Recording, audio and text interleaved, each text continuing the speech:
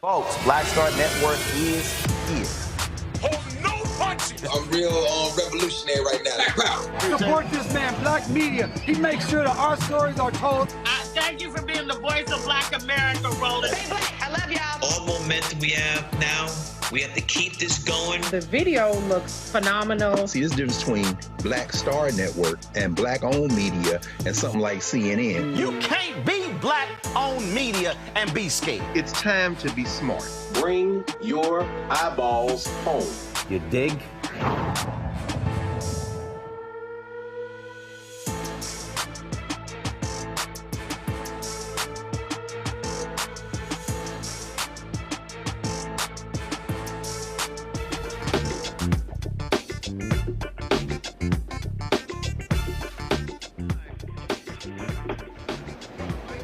Folks, today is Thursday, July 18th, 2024.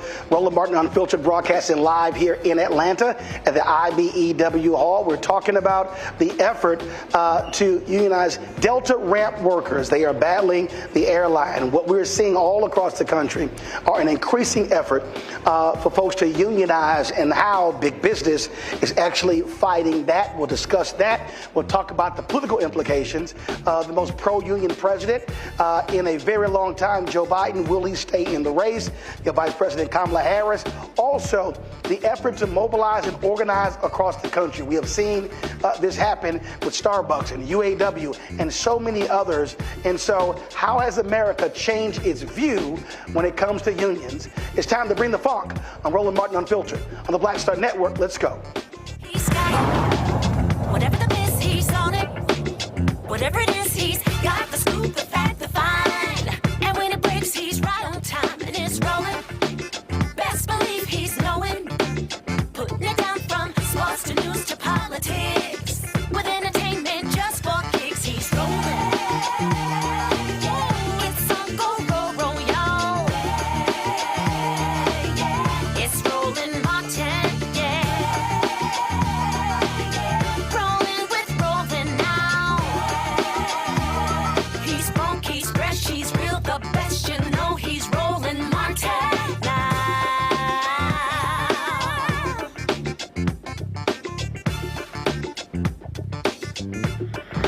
Martin. 4, 3, 2, bump stock up, draw.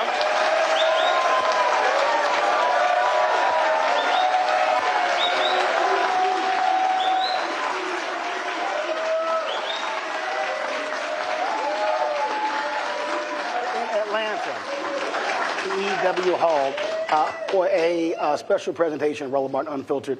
And we're talking about what we're now seeing all across the country, and that is workers who understand when you look at companies with record profits and how they're not necessarily sharing those with workers. You got folks who are demanding better wages, better conditions, and the way to do that is through collective bargaining.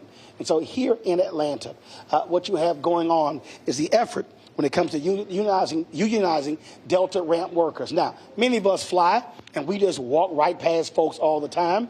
When you're getting on and off the plane, the folks who are sitting here taking the bags off, when it comes to also making sure that we're able to push back on time, so many people just ignore those workers. But the reality is we saw during COVID what happens when we talk about those frontline critical workers. Without those individuals, a lot of us are screwed.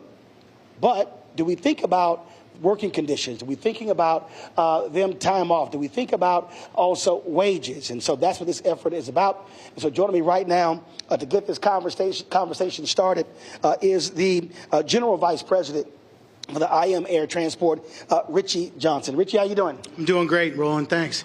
All right, so let's get this set off. First of all, again, for the folk watching who ain't got no clue what ramp workers do. All right, well, your ramp workers are the folks that get your bags on the plane, make sure that they're there when you land in your destination.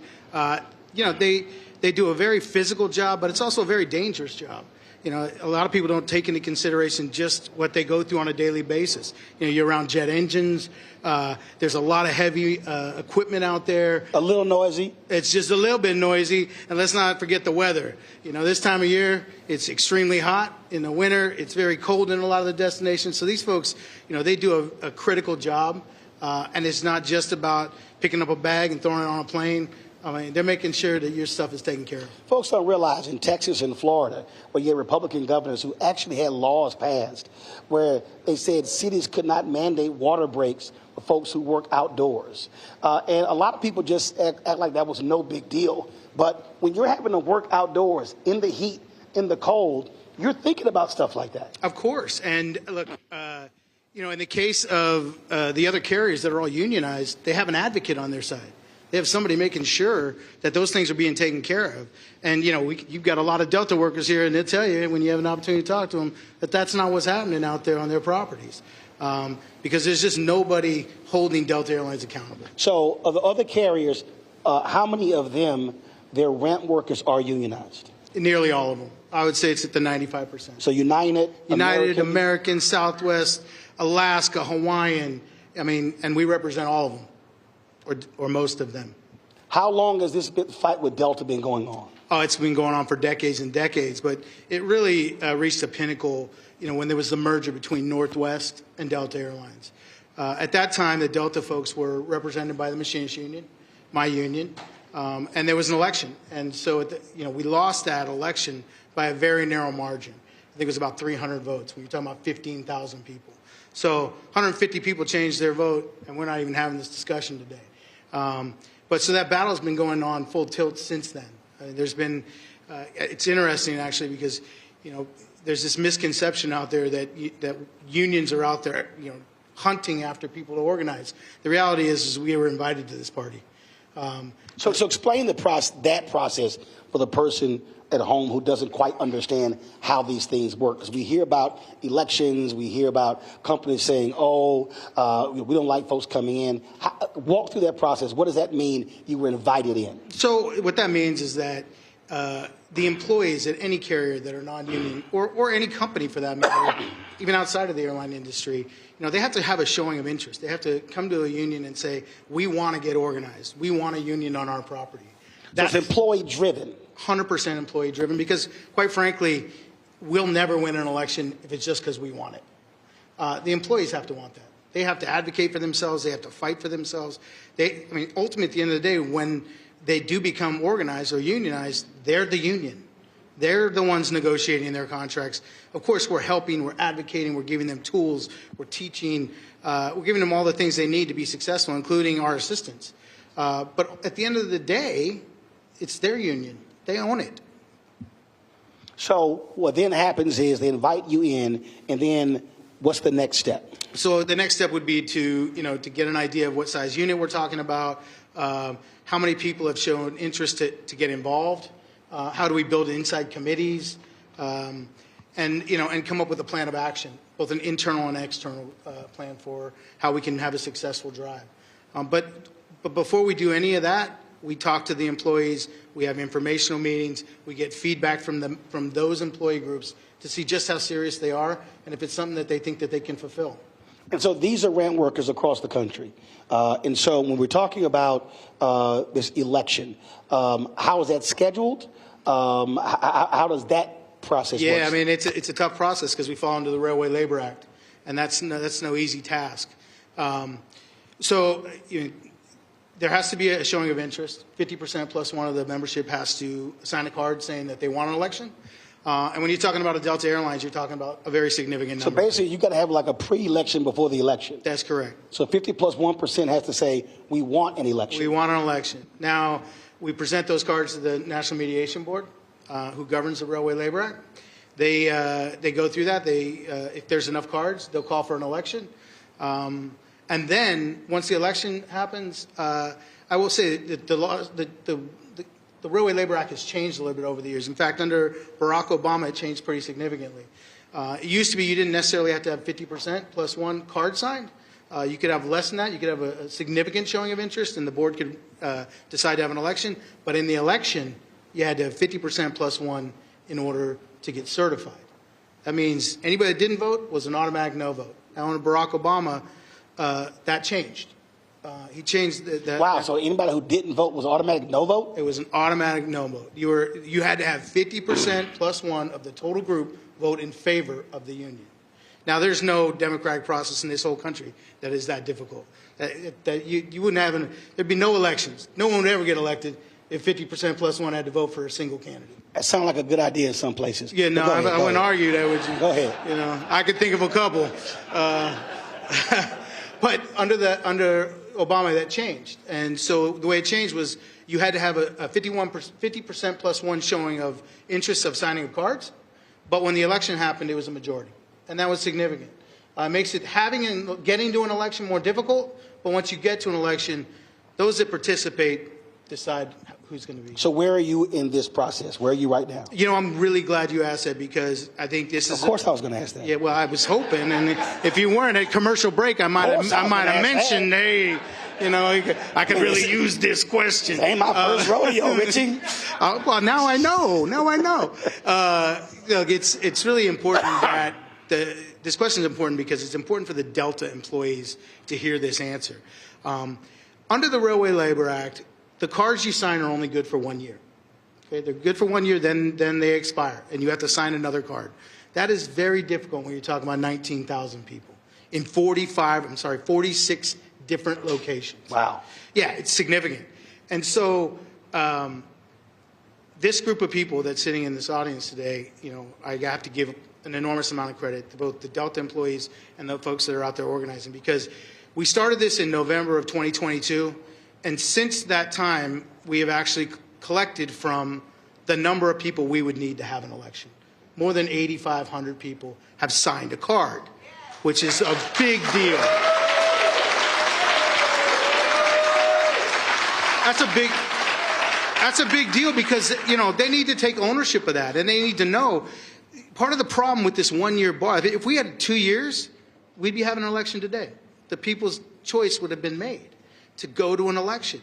But because it's a 1 year, people get discouraged. They get tired. They sign a card and the card expires and it's been 15 years. Are we really ever going to have an election? What's the point? The point is sign another card because you're there. You did it. You got there. You made it. You got the cards you need. We get those people to re-sign their cards. We're having an election next month. So start November 2022. So expired November 2023. That's correct. So it all starts over again. So for those cards, we got to sign new cards. That's correct. They have to get a new card on file. Right now, you're in the middle of the window from November 2023 to this November. No, that's not correct. Because a lot of those cards we've gotten re-signed along the way. Got it. So part of our campaign is when a card expires to try to get out there and get people to sign another card. So no, we don't. The cards that were started in November of 2023. You know, a lot of those have been re-signed. Got it. But not enough for us to have an election. Right. So between now and November, well, that's what I'm saying. So you have a year. I mean, the cards get signed every month, right? Okay. So there'll be cards that fall off along the way, right? And we have to get those re-signed as we go. Some people didn't sign cards in November. So what number are you trying to hit right now? We want to hit at least 9,000. But I think that the reality is that we're going to come closer to 10 or 11,000. Easily, without a problem. So you have until November to do that? No. I mean, our objective is to file by the end of this fall, which would be October of this year. That doesn't mean that the campaign ends. It just means that we believe that window is very attainable. Got it. So that's that process. And so to do that, first of all, I mean, are you going city to city? I mean, how does that actually work? What is the process to get somebody to have to sign a card? Who is doing that? The workers in those particular cities? Yeah, are your union doing it? Well, part of the process is coming on the Roland Martin show, you know, and getting the word out. But for us, there's a whole lot of different pieces to this puzzle, right? I mean, we have a door-to-door campaign, just like you would have any other political campaign. Like you would do a get out the vote. We're knocking on doors across the country. We have internal campaigns. We have curbside campaigns. We have internal committees that are Delta workers that are collecting cards on the property. We have our other teams that are outside the properties trying to get people at bus stops or anywhere we can, at the gas station where they fill their cars, anywhere where we can touch somebody. If we have an opportunity to talk to them, it's a no-brainer. I mean, it's a 70, 80% conversion rate every single time. The problem is, you're trying to reach 19,000 people in 46 different locations. It's hard to talk to everybody. So we made this massive commitment this year that we were going to door knock 100,000 doors. Now, we're talking about 19,000 people, but not everybody answers the door, especially when a stranger comes a knocking, right? So we have to go back. We have to leave our card. We have to continue that process. Okay, somebody at home who's watching or listening, they're saying, I don't understand.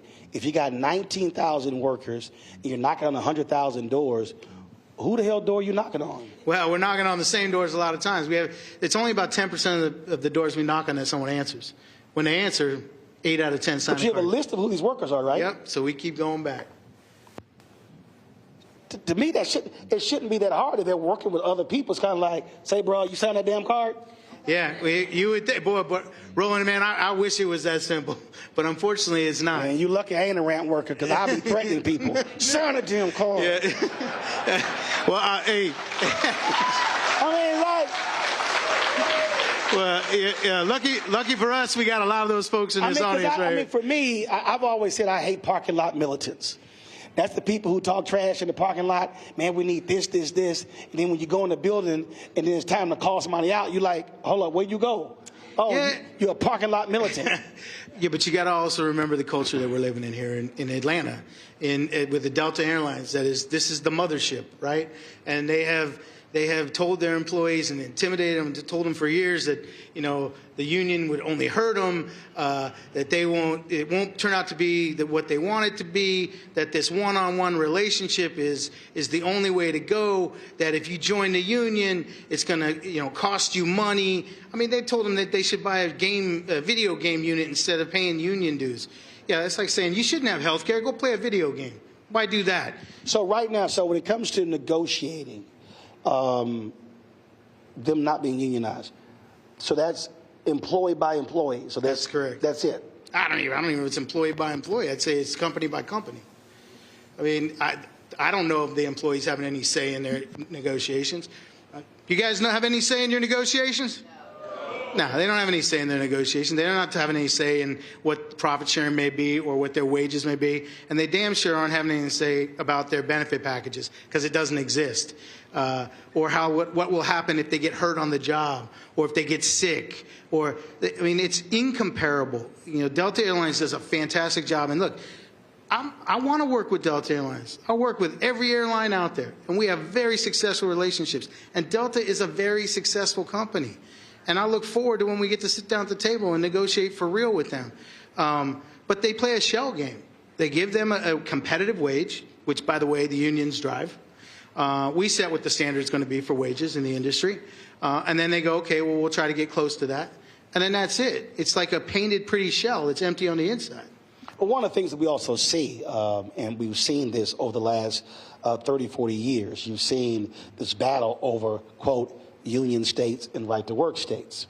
And when you go back to Reagan being president, the air traffic controllers, where literally there was a marketing campaign to make the word union a cuss word. And so that's what led to a dramatic decrease, was how the stories are being told. Oh, people are making X amount of money, they're lazy, they're not working. But what we've now seen, and we're going to discuss this a little bit later with our panel, what we have seen, really, I dare say, in the last 5 to 8 years, there's been a massive resurgence. When you get that Supreme Court case that a lot of unions thought were going to put them out of business, it actually caused more American workers to say, wait a minute, I grew up told this was a bad thing. Now people are saying, whoa, this is not a bad thing. Yeah, I mean, look, I think you're being generous when you say 5 to 8 years. I think it's more like 2 to 3 years where we've really seen the change, at least from my perspective. And it's very evident that, the impact of what Reagan did in the 80s still has a profound effect on the industry, whether it's deregulation or a whole lot of other things that have taken place. But we're seeing this change in the public perception of unions, which is fantastic because our sole objective is to raise people up, is to help workers to make sure that they get what they deserve. Yeah, and that's happening because you're seeing the massive wage disparity. Well, it's not just that. It's also, and I know we're going to get into it when we start talking about politics, but because we've had a president in place, like him, don't like him, whatever, he says the word union, and he says it a lot. Union, union, union, union, union. And so because of that, people, have a different perspective. They say, well, maybe there is something good to this. And by the way, because of that, we get coverage. We're on this show. You see us on the news now. You see what's happening with the UAW. Well, first of all, let me real. Here, people that may not realize. I had to text somebody this today. When TV One canceled my show, a lot of people were upset. And I told people I don't have any time to be upset because I knew what I was launching. The last day of News One Now, I think it was December 21st. 1 hour after we finished the show, I had a meeting with AFSCME. Lee Saunders, he's a fellow Alpha brother of mine. And I laid out to them the vision. I laid out to them exactly what I was launching. I laid out to them why I was launching it. And the next day, it was a Friday, I was flying out, and I was at the airport, and Lee called me, and he said, we're in. So when we launched this show, the show was launched with $350,000 of my own money, and we only had one sponsor. And so this show would never have gotten off the ground if AFSCME was not the first and only sponsor. So we launched September 4th. We launched September 4th, 2018, and they came on board. They stayed on board the second year, and by the time we got to March, April 2020 was when we got into the black and been in the black ever since. But the only sponsor that we had the first 2 years was AFSCME. Well, unions do a lot of good things. And I'm glad they were there to support you, and I appreciate you being here to support us.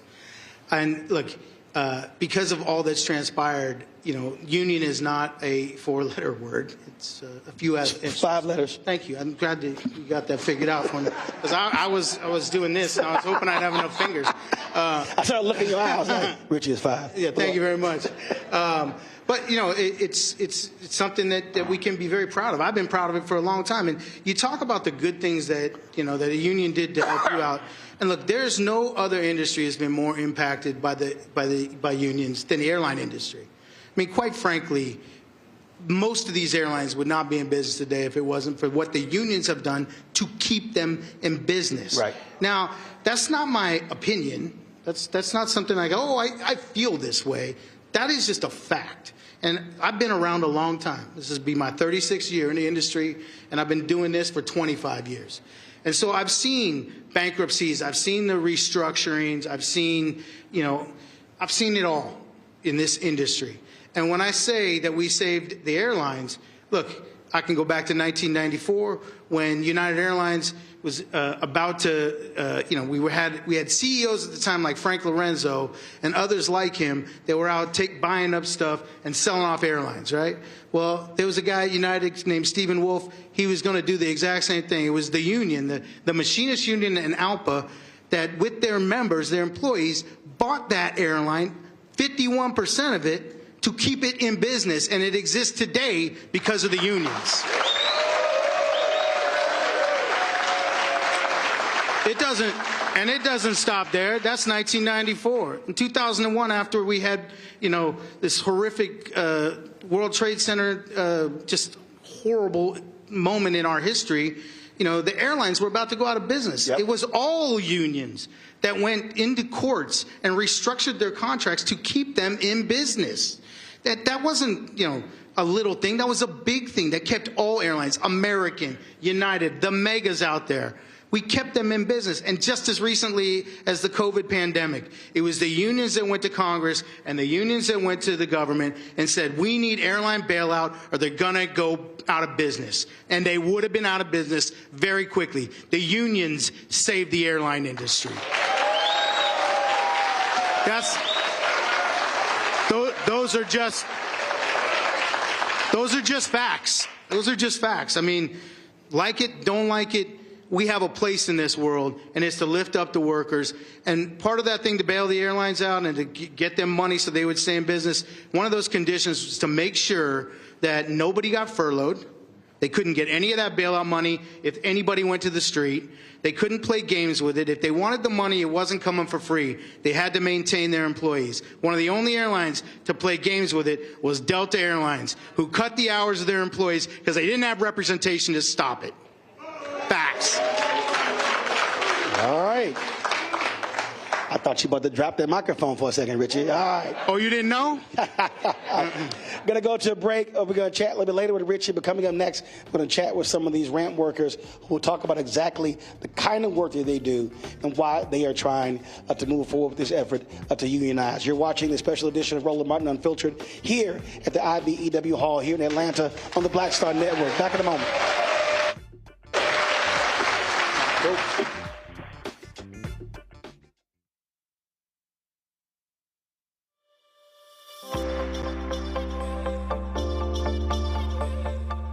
Hi, I'm Danny Glover. Sign your IAM card today. Why? Because unionization means representation.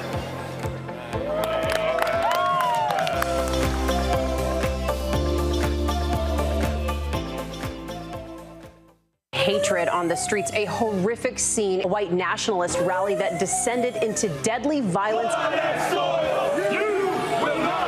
White people are losing their damn minds. An angry pro-Trump mob storms the U.S. Capitol. We're about to see the rise of what I call white minority resistance. We have seen white folks in this country who simply cannot tolerate black folks voting. I think what we're seeing is the inevitable result of violent denial. This is part of American history. Every time that people of color have made progress, whether real or symbolic, there has been what Carol Anderson at Emory University calls white rage as a backlash. This is the rise of the Proud Boys and the Boogaloo Boys. America, there's going to be more of this. Here's all the Proud Boys, guys. This country is getting increasingly racist in its behaviors and its attitudes because of the fear of white people. The fear that they're taking our jobs, they're taking our resources, they're taking our women. This is white fear.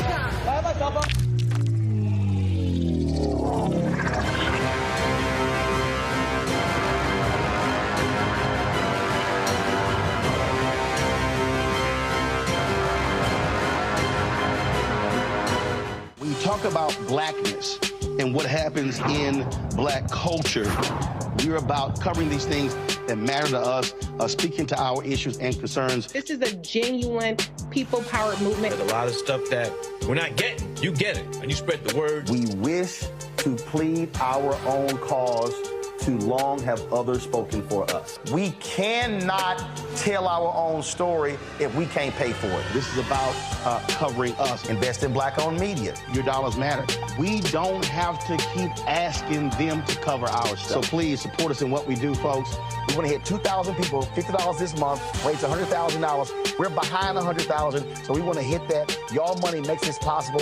Checks and money orders go to P.O. Box 57196, Washington, D.C. 20037-0196. The Cash App is $RM Unfiltered. PayPal is R Martin Unfiltered. Venmo is RM Unfiltered. Zelle is Roland at RolandSMartin.com. Me, Sherry Shepard, and you know what you're watching, Roland Martin Unfiltered.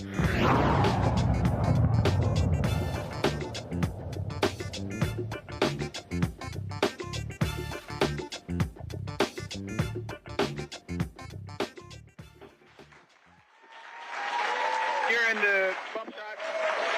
All right, folks, welcome back to Atlanta. We are here, of course, so we're about to chat with some of these Delta ramp workers. On my far left, Dan McCurdy. He's been a 26-year worker. So glad to have Dan. Earl Hunt, 27 years. Gamali up here, he's a young in 5 years. We got Amanda Goodman-Berry, 26 years. Flex McGee, 24 years. All right, so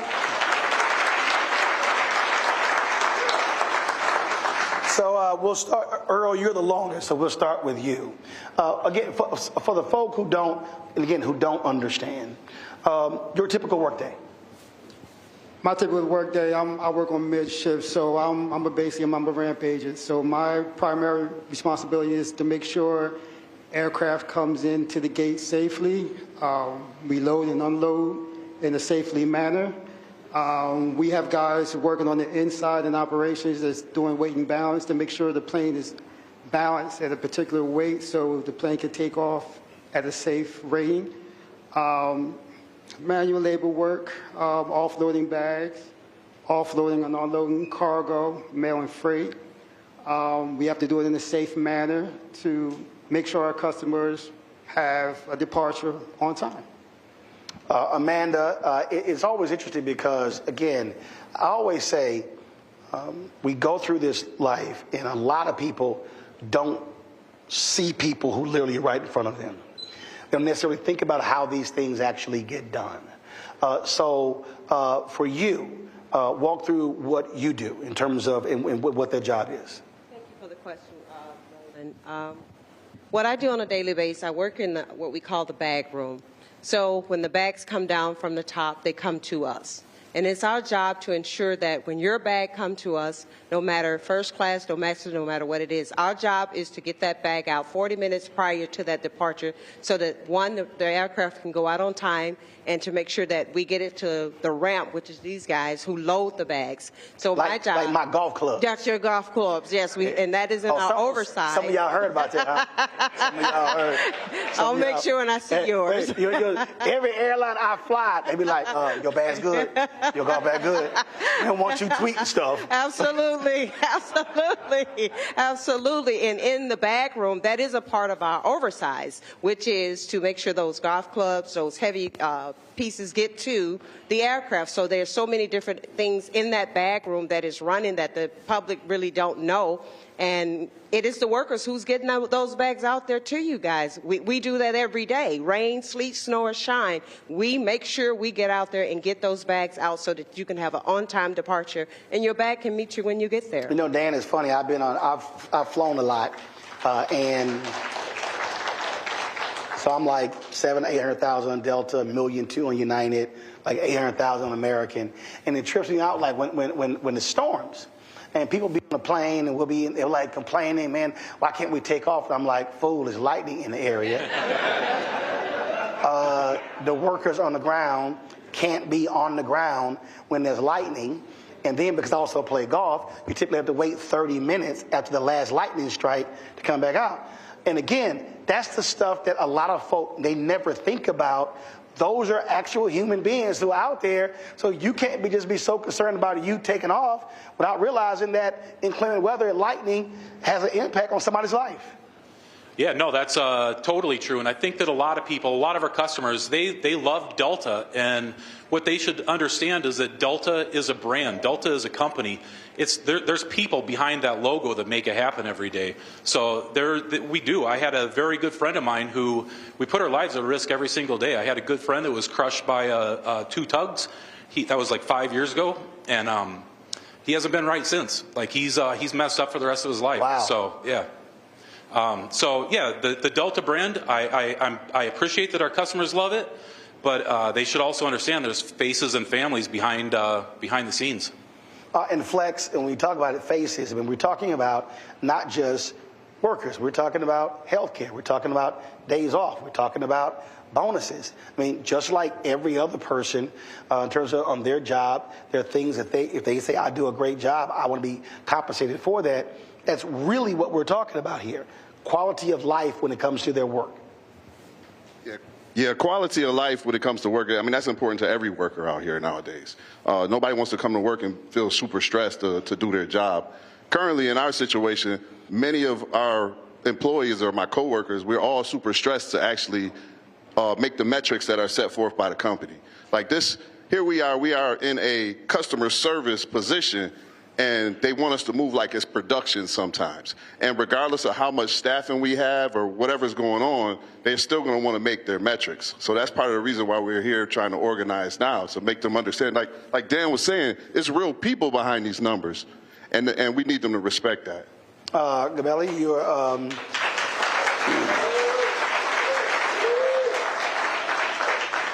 you're the youngin' on this panel. So for you, what has your 5 years been like? My 5 years has been interesting.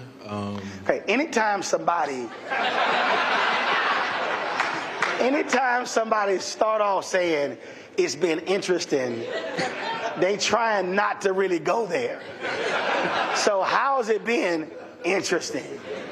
It's been interesting because I've done ramp work before for another company, another Fortune 500 company that had a union. So it was real eye-opening for me when I came to Delta and see a company without a union. What's the difference? The equipment, staffing, healthcare, basic respect. I can go on, but those are just a few of the things that was shocking to me when I got. And I'm sure you're sitting there going, man, over here they like, look, dog, we ain't trying to hear all that, okay? We ain't got. Just see, you probably had them conversations. And that's the challenge with a lot of my coworkers because for a lot of them, it's the best job they ever had. So when you say it can be better, a lot of them don't believe you. And the other shocking thing is when some of my coworkers who are anti-union, I've been in a union before, so I know the benefits of having the union protection. And I'm telling you it's better, and they will argue you up and down that it's not better, but they've never been in the union before. So that's always shocks me. So for the five of you, how have y'all dealt with it? What have those conversations been like? You trying to persuade your coworkers to go along with this? Anybody can jump in. Well, I know in Philadelphia, it's not really that difficult because Philadelphia is basically a blue-collar city. So, an example. So you're in Philly? Yes, I'm in Philadelphia. You? I work here Atlanta? Minneapolis? Atlanta. Minneapolis, okay. Go ahead, Earl. For a prime example, when I was Northwest many years ago, half of my career is 14 years has been with Northwest. The other 13, 14 has been with Delta. It's always, when I was with Northwest, where we used to have teachers, policemen, firemen. They used to take this as a part-time job, and they used to work there for many years, 10, 15 years on a part-time basis. When the merger came, and we had lost the union, like Richard was saying, probably about 300 to 500 So you had a votes. union at Northwest? Correct. Go ahead. We had a union at Northwest. We was fully unionized. 6 to 7 work groups was fully unionized. So what happened was when the merger came about, by federal law, there had to be a union election for the survival if the union was going to survive the property or not. So we had lost roughly 300 to 500 votes. Then we had to transition over to Delta into the non-union world. So what happened was, when that came about, all of our work rules, all of our benefits that we had with Northwest was basically gone. For an example, in the Northwest world, we used to have what was called OJI, or on-the-job injury. And what it is, every time you swipe in, you will get an accrual of a certain hour, and it builds up into a bank. And that OJI, that on-the-job injury, was used for if you got hurt, you would get compensated. We used to have sick time at Northwest. Same scenario. You come into work, you swipe in, and it's accrual. It's a bank of hours. When we came over to Delta, it was basically gone. Delta, and the type of work that we do, all 5 of us on this panel, it's a manual labor. It's a labor job. It's physical. Correct. It's a labor job. So when people are stuffing them bags, somebody has to lift, carry, toss, all that. Correct. And when we transition over, Delta workers have no sick time. Delta workers have no OJI time. No sick time? Correct. No sick time. No OJI time. So what happened was when we came over, when the union was voted out and we transitioned to Delta, whatever hours that we had, I'm not sure what the math, Dan, I think you can really get to me on that, is that it was a calculation where it got converted into certified time. But that's something that you will really never use. So our sick time and our OGI time was basically gone. So what Delta uses is called PPT, paid personal time. They use that for anything. If you call out sick, it goes off PPT. If you want to leave early, it goes off PPT. But we don't have a true sick or OJI time. And that's the same thing if you go on short-term disability. We only get 60% of that. 40% is being withheld. So I was hurt. 40% of your salary? Correct. Got it. It's just only 40% of your salary. So, I'm sorry, 60% of your salary. You're only getting 60% of your salary. 40% is being withheld. Yes, it's being withheld. So for a job that we do every day, and then you're only getting 60% of that, that's unacceptable. And that's been going on for years. So have you had these conversations with workers, and what is that? Have you dealt with the resistance from some? Actually been on injury myself, and I'm dealing with that now because I'm on 60% of my income because of an injury to my hand. It is detrimental to the workers to understand that 60% can run you into almost bankruptcy. It can run you into because your bills still 100. Your bills are still there. Nothing changes with your life outside of Delta, but your income changes. So it is very important to understand what we're fighting for. We're fighting for our lives. We're fighting for our livelihoods. We're fighting for those benefits that are so rightfully needed right now. This is not just a fight for the youth. We're fighting because we deserve. It's not that we're asking Delta to give us anything. We've earned it.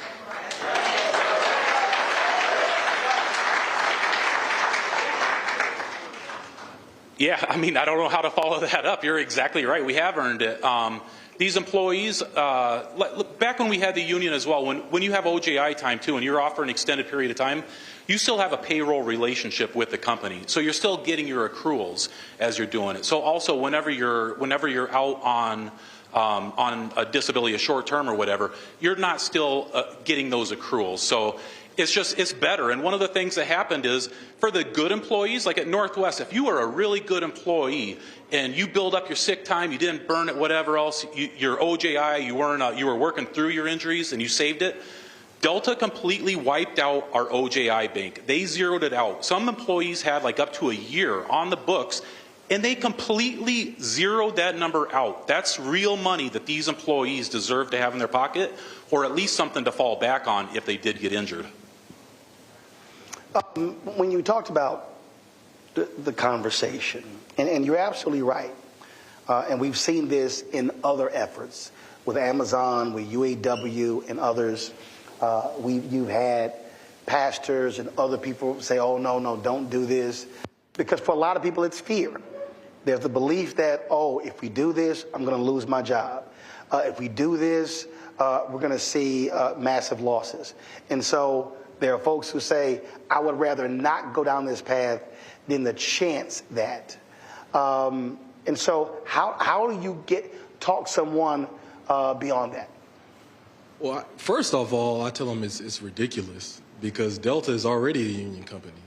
Our pilots are unionized, our flight dispatchers are unionized, and our coworkers in Canada doing the exact same job as us are unionized. But upper management from Delta likes to make it seem like if we form a union, the company's going to go out of business. So I think the flight attendants are also trying to get unionized too, right? Yeah, they're. So your point. So the point you're making. So the point you're making is not like there's no union whatsoever in the whole company. Exactly. And other thing I find funny is when you look at in our industry, we are the best. That's without a doubt. If you look at all the metrics, on-time arrival for baggage, fewest cancellations, and it's us doing it. But when you look at the benefits and the pay, we're like third in a lot of them areas, or second, or close to the top. So your deal is, if we're number one, we should be number one in pay and benefits. Exactly.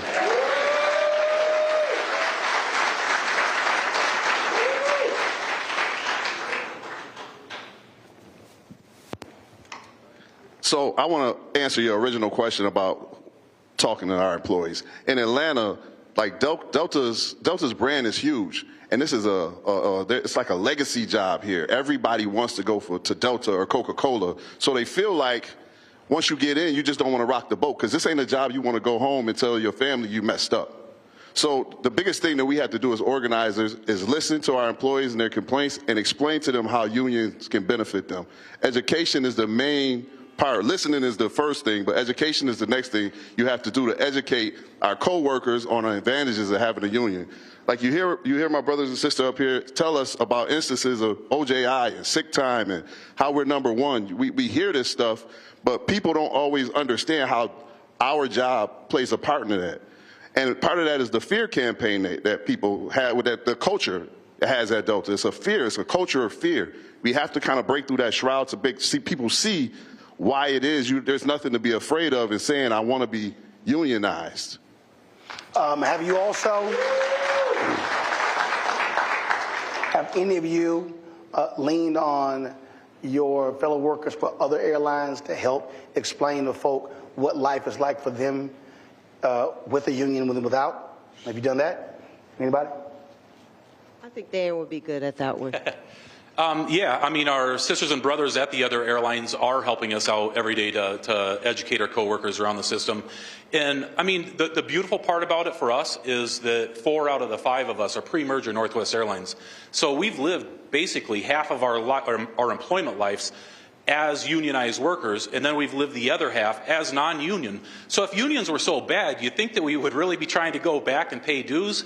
And it's kind of funny, I mean, the company does all these talking points, like trying to scare the employees away from joining the union and these things. But the IAM is also, they commit to every new group that you're not going to pay 1 single penny in dues until you've negotiated a contract and you voted on to accept it. So would you ever agree upon a contract that is not going to be more than what the dues gets you? It's just the unfortunate part is the company has, they have the audience. They can reach every single employee in the stations that we have, and it's very difficult for us to counter that because we're out working flights. They've got an advocacy policy that is very tight against us. I can remember years ago, they were putting up flyers and leaflets and these 7-foot banners in our hallways. Well, that's not owned by Delta. That was leased by MAC. So we said, you know what? Let's go ahead and let's go get a 7-foot banner and put it right by there, a pro-union banner, put it right by their banner, see what happens. Well, we did it. You know what happened about an hour later? They went out there, they not only had the Metropolitan Airport Commission remove ours, but they removed everything that they had, whether it was union or not, from their hallways to make sure that our pro-union message was taken down. They had occupied that area for years, and then once we try to get an equal voice, they squash it by removing our stuff. So, you know, this is an unfair fight, but you know what? The workers are realizing it, and they are standing up, and our other sisters and brothers from all around the system are helping us.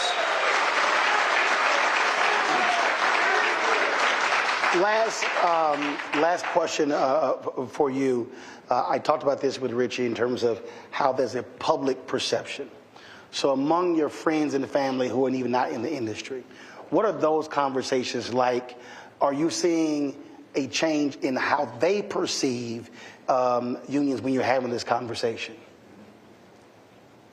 I know, like, for me, like my family knows, and my friends, they know how passionate I am about this. So when I come and I start telling them stories and everything, they fully understand and support the fight that I'm in. As far as it doesn't change, like, if they're going to fly with them, but it does say they will go out and they will support my movement by sharing posts or talking to other people about it. Or if they, like, my mom will see somebody when she visits here, she'll see somebody, they go Delta worker, like, she be kind of like, go get him. You know what I'm saying? You know him? So I do get, for me personally, I do get that type of support from my family and friends when it comes to the fight that we're in. And I'll just add to that 100%. My family truly support it because we come from a labor family. We come from farms. We come from Mississippi. And so that played a critical role in our lives every day. So when my family and I were talking, they're like, go get it.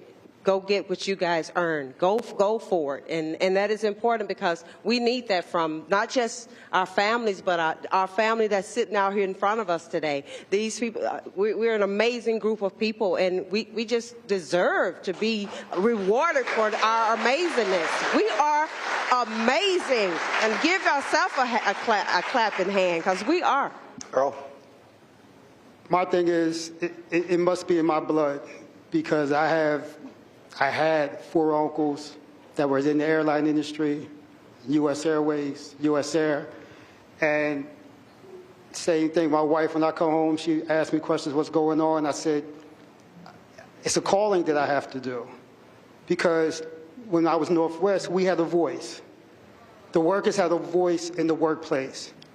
I experienced that with Northwest. In the Delta world, you don't have a voice. You know, the company says the employees fuel the success. Well, if the employees fuel the success, let the company be neutral.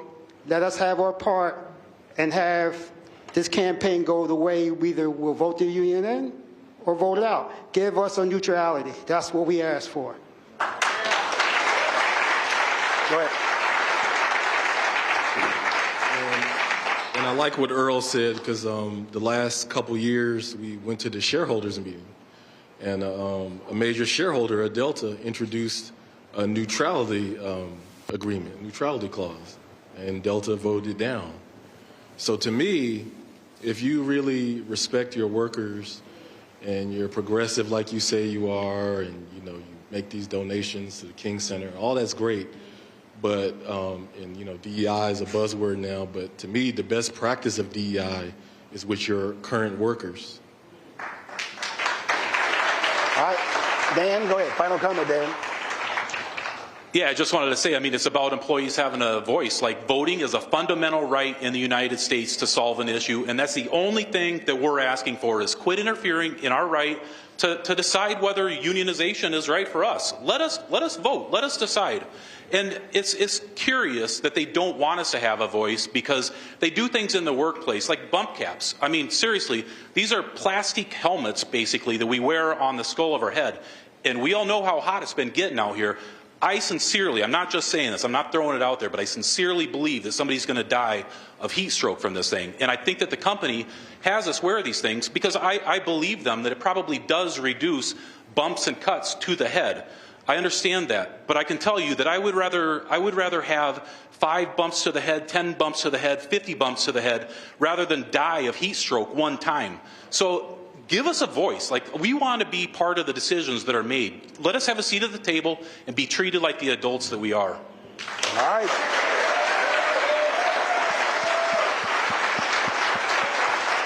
Appreciate all of you sharing your stories. We're going to go to a break. We come back. We're going to talk about organizing. A lot of people love talking about how we need to do certain things. The reality is, if you do not organize, if you do not mobilize, that doesn't happen. So our next panel will have that conversation. You're watching Roland Martin Unfiltered on the Black Star Network. Don't forget, support the work that we do. We're the only daily news show that targets African Americans in this country.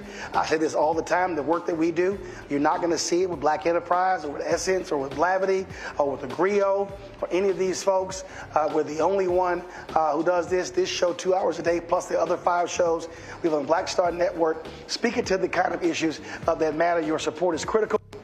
So many of these companies, you see their ads running on Fox News and CNN, MSNBC, but they don't support Black-owned media. So your support is critical. So join our Bring the Funk fan club. Check your money orders, P.O. Box 57196, Washington, D.C., 20037-0196. Cash App is $RM Unfiltered. PayPal is R Martin Unfiltered.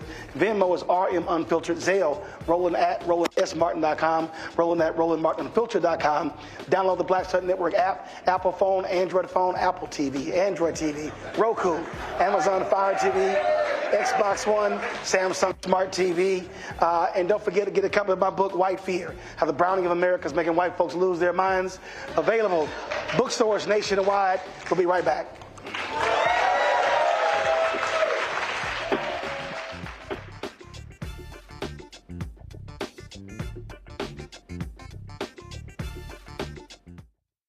Coming soon Welcome to the Black Star Network. I still have my NFL contract in my house. I have it in a case. It's 4 of them for my 4-year contract. I got a $600,000 signing bonus. My base salary for that first year was $150,000. Matter of fact, $150,000. $150,000. That's what I made. $150,000. Now think about it. My signing bonus was a forgivable loan, supposedly. When I got traded to the Colts, they made me pay back my signing bonus to them. I had to give them their $600,000 back. Wow. Yeah, I was so pissed. Because, I try to be a man of my word. I'm like, you, I'll give you your money back. Even though I know I earned that money, I gave them their money back. I gave them $600,000 back. But yet, I was this malcontent. I was a bad guy. I'm about the money. It wasn't about the money. It was about doing right. Because I looked at, because you look at contract. Look at John Elway. John Elway was making $1 million, $800,000. I was making $150,000. I was doing everything.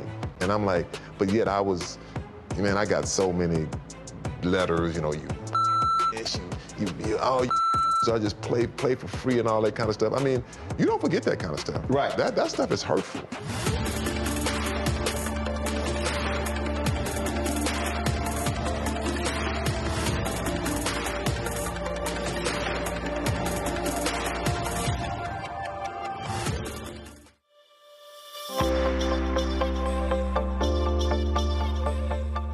Hi, I'm Danny Glover. Sign your IAM card today.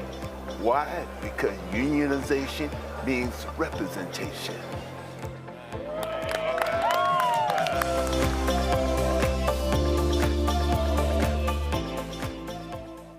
On A Balanced Life with me, Dr. Jackie. How are you being of service to others?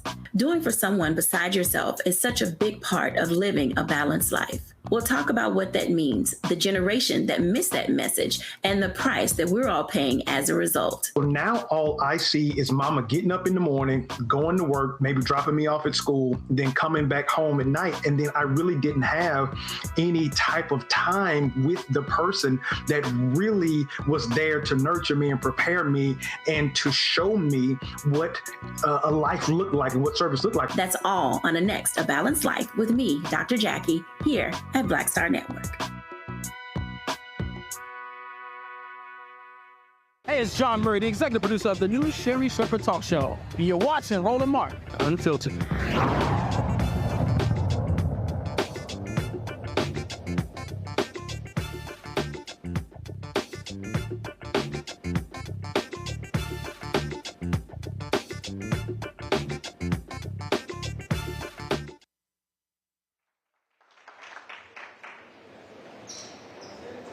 All right, folks, welcome back to Roland Martin Unfiltered. We're here at the IBEW Hall here in Atlanta. We're talking about this effort to unionize Delta ramp workers across the country, but this issue that we're seeing of unionization is not just with these workers. We're seeing what's happening all across the country. We've seen the battles that have been taking place between workers and companies, whether it's Starbucks, whether it's UAW.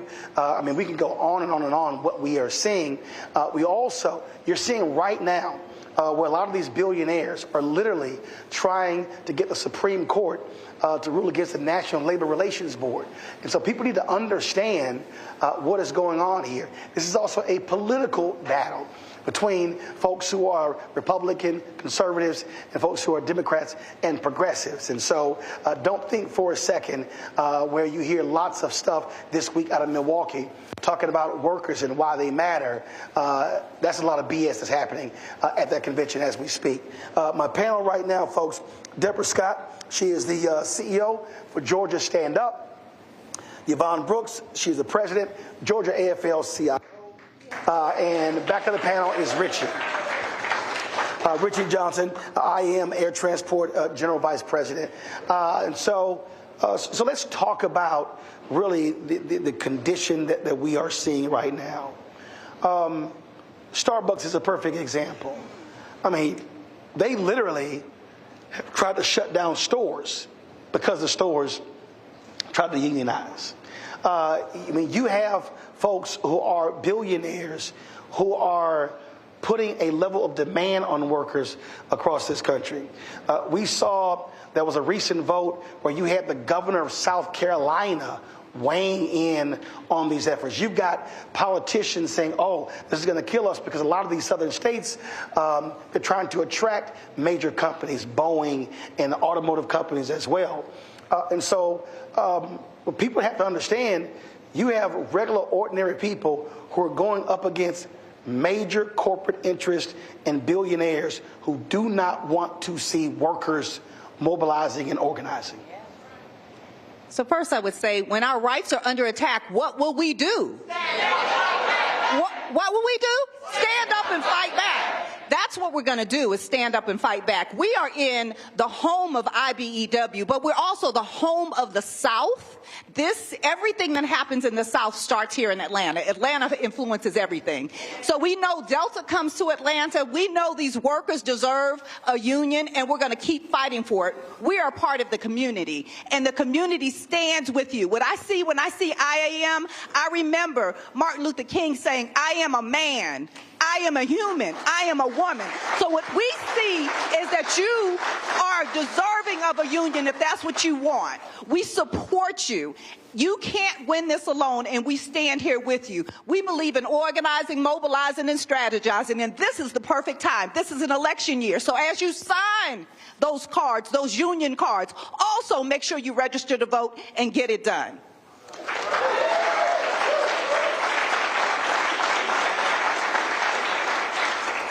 Yvonne, was interesting. Gallup did their study, and it showed 67% of Americans approving labor unions.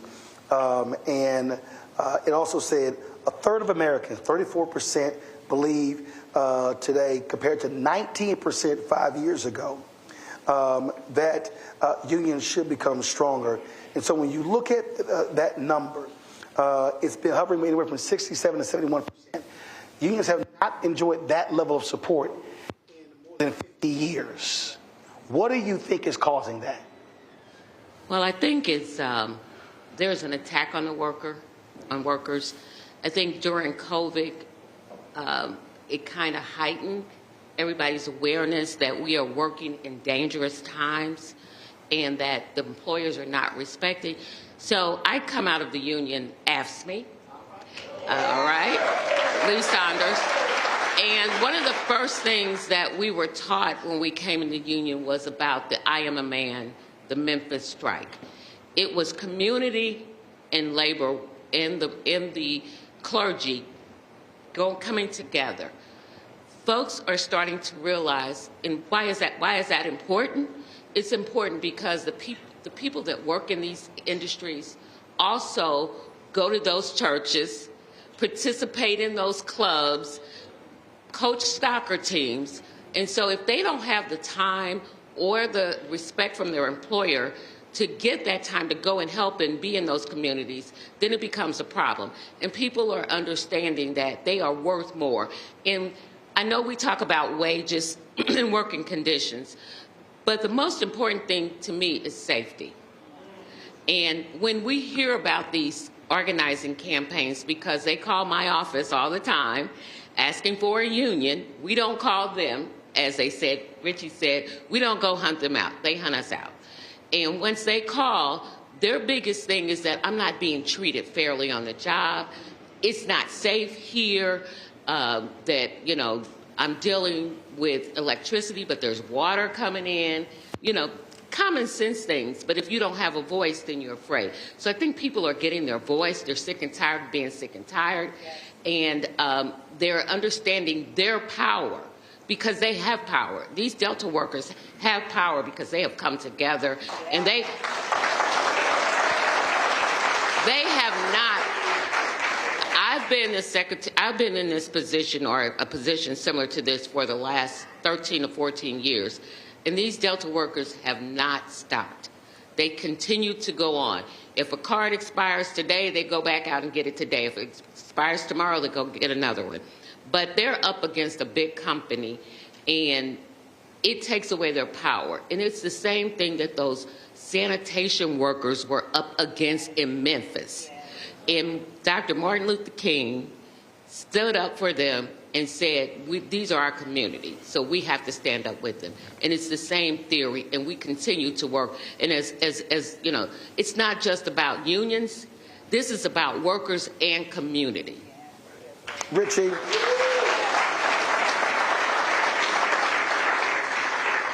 6 years ago on June 27th, the Supreme Court Janus decision came down. That was Janus versus AFSCME. And what that said is it allowed non-union government workers, they wouldn't be required to pay union fees as a condition for working, even though when they still negotiated contracts, those folks were a part of that. Yeah. And I remember having Lee Saunders on, and a lot of unions thought that this was going to be a union killer. One of the things that he said that what it did was it forced unions to have to stop being lazy and tell their story. It forced them to be more aggressive in being able to explain to people, to hit the ground. And that's one of the reasons he said we've seen the resurgence. Control room, pull a graphic up if you already have it. I want to show this here to the folks at home so they can understand the change that is actually going on. And that is the high point of Americans approving unions was in the 70s, in the 50s. It was at 75%. Reagan comes in 1980, it drops to 55%. It goes below a majority for the first time around 2010. Then all of a sudden, it begins to go up. So now you have anywhere from 67 to 71%, almost as the highest point ever where Americans are approving of unions. I absolutely believe that wage disparity is playing a part of that. And what you're also seeing is a younger generation that has heard all of this stuff for 20, 30 years, how bad they are. They're now going to the workplace going, hey, what the hell? This ain't bad. Just your thoughts on how you've seen, again, this massive shift. And now we're seeing more places begin to really focus on how do you have collective bargaining. Yeah, I mean, I think that, look, messaging is a big part of it. And you hit on the fact that, unions had to, take a more proactive approach. Look, it's not inherent in what we do. And I think that it's gone by for a long time where, there's so many fires to put out that you put this fire out and you don't worry about saying, hey, look at what I just did. Look what we do as a union. You go, I got these other 20 fires I got to go deal with. And so traditionally, we haven't pounded our chest and sung our song and sang praise to us and other labor groups about the job they're doing. And you're right, it's forced us to have to do that to some degree so that people know the value. But I also think that, look, I said it earlier that, look, when you have somebody at the top that's saying join a union and praising unions, it gives other politicians some freedoms as well. And when you see the popularity or the approval rating of unions at 70%, well, suddenly, look, I'll give you this example. At Delta Airlines, we're doing things that we've never done before in this campaign, which is to ask politicians to come out and support us. Well, we've asked in the past and gotten from some of our biggest supporters, kind of the shoulder shrug. And it hasn't happened. And so, but this go around, it's different. Like, because of what's happening out there, because of that approval rating, because we have someone out saying at the top, you talk about Reagan decimated, right? Well, he was the top dog. He was the top dog. And now we have somebody that's there that's saying, hey, join a union. I'm going to help unions get stronger. I'm going to help them. And he's done that. Well, he was just, I think it was the NEA just had a convention, and he was supposed to speak. But because the staff at the NEA launched a picket, he wouldn't speak. Well, look, he also walked the picket line for the UAW. And by the way, when we had our issues with the railroads and the world saw it, it was on a national stage, he said, what do you need from me? What do you need? He literally, I was at the AFL-CIO convention. He came to us, not his people. He came to us. Joe Biden came to us and he said, what does the Machinists Union need me to do to help with this rail situation? And we told him what we needed, and that night it was done. So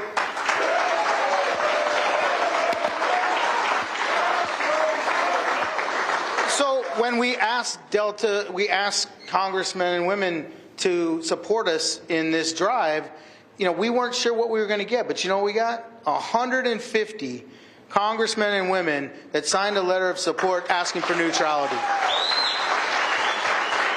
That's a big deal. And I mean, I could say, and I can say proudly too, that it was not just Democrats. There were 5 Republicans of the 150, 145 Democrats. Just saying. But there were 5 Republicans that have fought for us, and when they fight for us, we'll support them too. And then we asked the Senate to do the same. And the senator out of California, LaFonza Butler, senator from California, she spearheaded it. We now have 28 senators that have signed on to this, including the senators here in Georgia, Senator Warnock and Senator Ossoff, that have stepped up and signed on to this stuff. So, look, we have to do a better job of messaging. We have to get out there and tell them what we're doing. I know from my organization, we talk about that all the time, and we've done that, and it's important to tell our story. Just like it's important to tell the story I told earlier about the role that unions have played in the airline industry, it's important for us to tell the story of what unions are doing for everyday workers every single day to make their lives better. So with that, obviously I got to get your thoughts on what's going on right now. Unions have stood strong with President Joe Biden. They reaffirmed their support for him. But based upon what's happening right now, he likely is going to pull out by this weekend. Massive pressure against him. Former Speaker Nancy Pelosi. Washington Post has a story saying that essentially Obama thinks he can't win. Reverend Al Sharpton gave an interview with the New York Times today, said they talked on Monday, and he said the president should be thinking about his legacy. And so what do you make of literally the most pro-union president in decades? Somebody who has done amazing things. You talk about the Teamsters pension. If you talk about, with the railroad workers, all of those different things. You have a battle, a war going on right now. And it's not just a war for a lot of Democrats, donors trying to get him out. I've been saying this here. They also want to get Kamala Harris out. So I'll start with you. What do you make of what's literally in front of us where they could make it a lot easier and hand this nation over to Donald Trump and MAGA? Well, let me first start by saying I am nonpartisan. Georgia Stand Up is nonpartisan, which means you can endorse, but you can analyze. Yes, I'm going there. Yes. So what I would say is the value proposition is really the voters and the people. It's really about the people and the power that they have. They have the power to elect whoever they want to, in any manner. So we want to make sure that people get registered to vote and actually go and vote early. We're under attack, right? We know we're under attack. And, the value proposition, we're here in the South, we're here in Georgia, and we can't talk about Georgia without talking about race and class and slavery. Worker power is really about giving them a voice on the job. It's really about their value proposition for their families. This is a generational thing. It's not just about the workers that are on the line now. They have improved their lot in life for their entire families, and they deserve this and more. So part of what the value proposition is getting out and knocking on doors, talking to people about, is your life better now than it was before? Will it be better now or in 2025? What does Project 2025 have to do with your life? It's about that real conversation at the door, that real conversation on the picket line. And we've been out there with the stewardess, the flight attendants, and we've been out there with all of these workers, because you can't do it alone. The workers can't do it alone, but also community needs union jobs to exist so that we can on-ramp to a better life. So really, we have to do it together. We're all in this together. So it's a value proposition of all of us getting out, telling our families that our lives are under attack, and we're going to make sure we vote, and we're going to vote our values. That's what it's about. We got to vote our values. So will you vote your values? Yeah. Because your union's on the table. Your medical decisions are on the table. Your health care is on the table. Women, we're on the table. We're on the ballot. So as you go down your grocery list, right, your values tell you where you're spending your money. What we would tell people is vote your values. If you believe in worker power, if you believe in community power, then you need to vote. And you need to vote your values and make sure 10 people in your family do it too. You're going to make me go after Deborah. Yes. Really? Okay. No, but first I want to say that in the labor movement, I had some new people come in and I said, I can teach you how to do this work, but I can't teach you how to be loyal. So there are people in this room that are loyal to us who are legislators. Unless they don't vote in our interest, we stick with them. So at this point, I am partisan. I'm riding with Biden until the wheels come off, or until my leadership decides to make another decision. Because there is a loyalty among us that we should remain. And it's kind of disheartening to me that there's a loyalty on the other side where it shouldn't be, and we're not having a whole lot of loyalty here. The other part of that, and I just want to get this piece out. Georgia is #1 place to do business. It's number 48 for workers. Wow. Okay, so this is why these young men and women are sitting here fighting for their rights. The money, it's not like the money is not being made. It's who it's going to. I come from a union family. I come from the Midwest, and I come from and we had health care. My mother drug all 10 of us to the clinic that was provided by the Teamsters Union. We went to the dentist. We had health care. We ate well, all 10 of us. And we went to good schools, public schools, because my parents' taxes pay for that. But if we are not loyal to the ones that are loyal to us, and I made a call yesterday, and it's about 10 of them, the legislators who vote for us. It's not Republican, it's not Democrat, it is who votes in our best interest, who votes for our livelihood. And right now, we are under attack because our governor, along with some other Southern governors, declared a war on unions. But guess what? What don't kill you make you stronger. We built capacity around the stinking bill that he put up at the Capitol. We built capacity. Our members are more engaged and understand what's at stake now. So thank you. Richie, we saw a lot of unions being ticked off this week with the Teamsters president spoke at the Republican National Convention. How'd I get that one? Yeah, I'm glad you got it. Bring it, Roland. Sure. And there were folks who were saying that wasn't a sign of loyalty, especially when it was Democrats that saved the Teamsters pension. The reality is, if you're a union, look, you want votes from both sides. What message did that send? And you still have to deal with the reality that that's a party that is absolutely opposing nearly every union effort in America. Yeah, I mean, first of all, can I just quickly answer the question before? Go ahead. Because my membership deserves to hear the answer to this. Go ahead.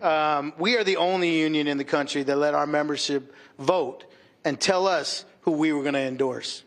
And my membership endorsed Joe Biden.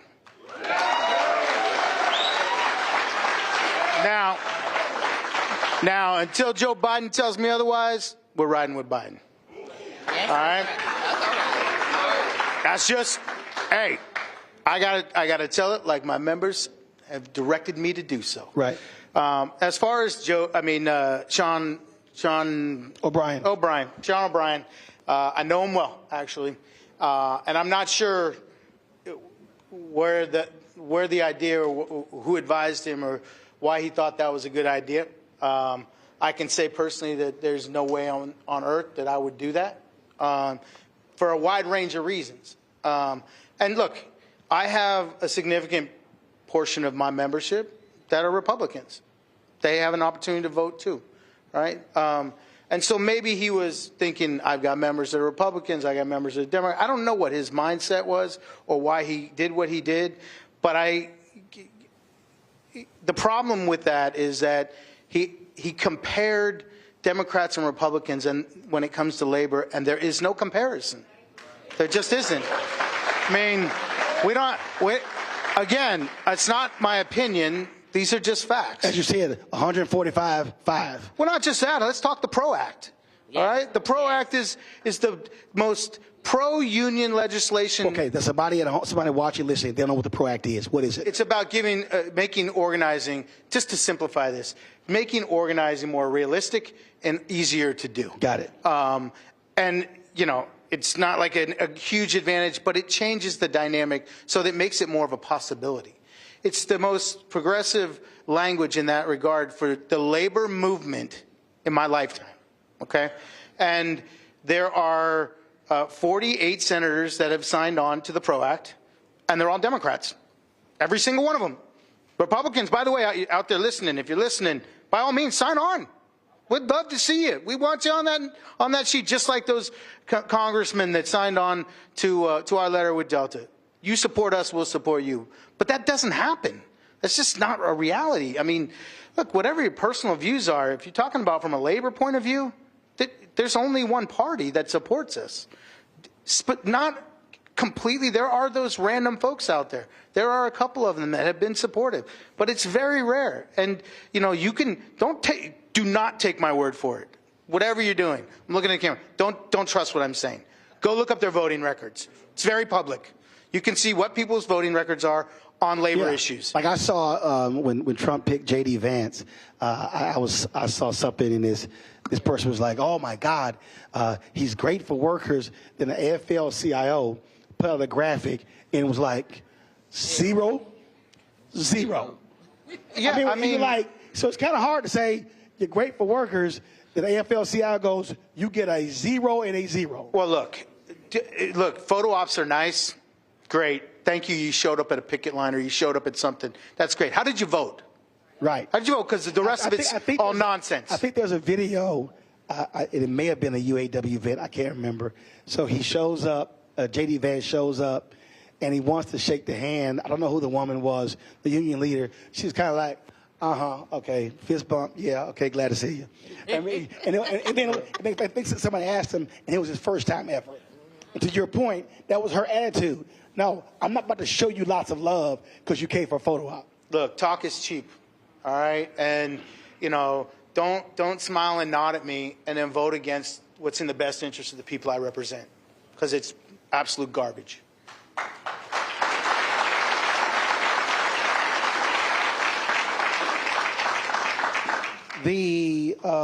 Again, what we're now seeing, because we're in uncharted territory. You haven't seen in a generation of a candidate changing midstream. President Lyndon Baines Johnson chose not to run in 1968, and so everything is in disarray. But I will say this here. I think, because you talked about loyalty, I think you got to be stupid to attack your own for 21 days and not think it's not going to show up in the polls. To me, it's the dumbest thing in the world. Trump lied 30 times in debate. Not one Republican said, let's talk about his lies. They totally ignored it. And so what I'm seeing is I'm seeing a lot of arrows being pointed internally, which to me is still the dumbest thing in the world. But what have you seen in terms of being on the ground when you're knocking on doors, talking to people? What are you seeing and hearing based upon the crap that we've seen over the last 21 days since this debate took place in this city 3 weeks ago? Well, first of all, voters have been holding it down, and black women in particular have been holding it down. And so shout out to black women holding it down. And so when we're having these conversations, we're talking to Mrs. Johnson and Mrs. Jackson and asking them about their kitchen table issues. What are the things that are affecting you? What is happening with your family? What is happening with your young folks? And what they're saying is that they feel scared about what's happening in this election. But what they're going to do is to make sure their families come out and vote. So they're going to get mobilized and organized. What we're hearing is that it's about the workers. It's about the economy. It's about how our lives can be better.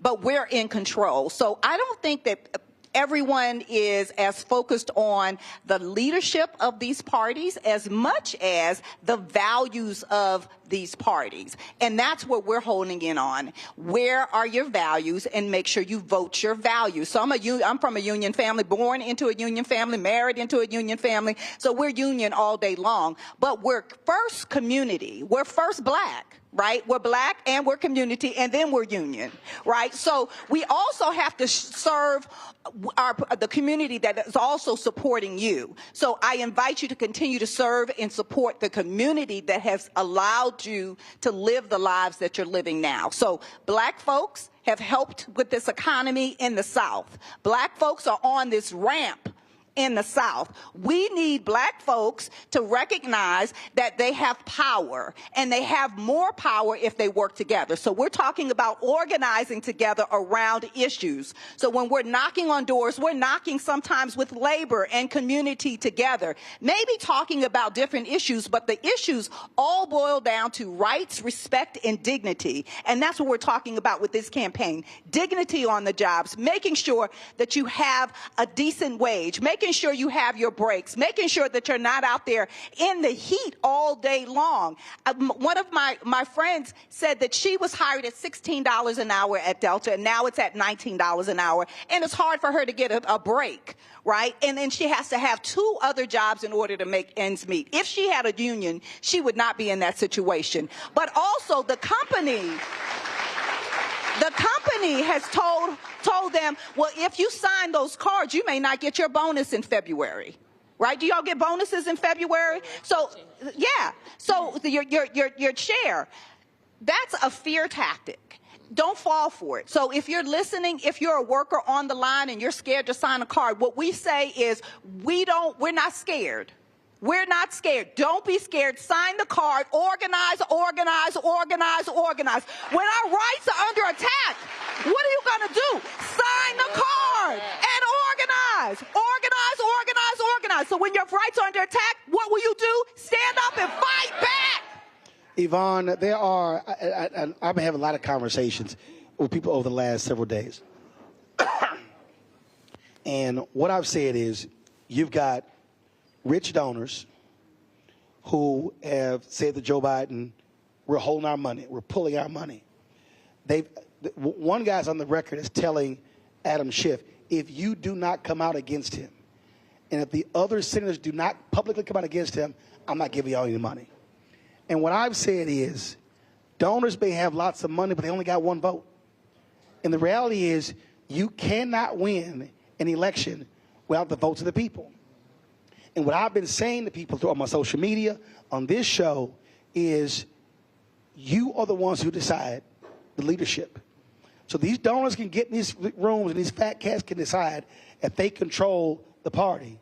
But the reality is, folk got to speak up. And I've said, listen, if President Joe Biden opts not to run, there's going to be a civil war if they don't pick Kamala Harris. And I've said to people, let them know, F around if you want to, but it's about to be a problem. You're about to find out what's going on. Because, to your point, if you don't have the people, you have nothing. You kind of need them, and that can't be lost, I think, on a lot of these, elite Dem operatives that regular, ordinary folk chose Biden Harris. And if you're going to beat Trump, that's the only way you're going to beat him. It's not going to happen with some rich donors in California. I agree, and that is why all of our efforts, Deborah's, ours, Stand Up, the Georgia AFL, and all of our affiliates are out there educating. We have to educate. I say this all the time to my staff. We got to get people to connect the dots. I know they hate when I say that because I say it all the time. I say it all the time, too. Oh, okay, see? And it is over the last election cycle when Warnock was in the runoff, the number of folks in the union that voted right rose because we went on a serious education. Why do you need to vote for whoever? You have to, the PRO Act was part of it. We have not supported people who have gone against us. We have people in our state legislature. And the other piece to this, it's not just who's in that White House. We have a full slate of folks that have to get elected this year. And we are ready to fight, to educate, to mobilize, energize, all of those good words that we use. But it's not words, it is actions that we are in process. We started doing our campaign last year. We didn't wait till August or September as we usually do because we know we're in a fight for our life. We're in a fight for our lives, for our members' lives, for our families' lives. I have grandchildren that I don't like them to see how this world is right now. So we have to really fight and educate. Connect those dots with people that you work with, people you go to church with, people you sit on the usher board with, on the deacon board, and get our ministers in our churches to understand why it is you have to connect the dots. Now, I came out of a public service union, and many of our members used to say, well, why do I need to vote? I don't need to vote because you're voting in your bosses. That's the power that you have. And your bosses, those bosses are making a whole lot more money than you are. In reality, the bosses were happy because we would go in and negotiate more money. They would get the same benefits that we would. But we got to get our members to understand that it's okay to speak your voice and to want more for you and your family and not to have to go work 4 jobs and never see your family because you don't have a family then. You have jobs. That's it. That's not enough. That's not enough for me. I've been a single mom, not a single parent, but working more than one job to make sure that my kids had what they want and sitting at football games like this because I'm so tired. That's not a quality of life. You want a quality of life.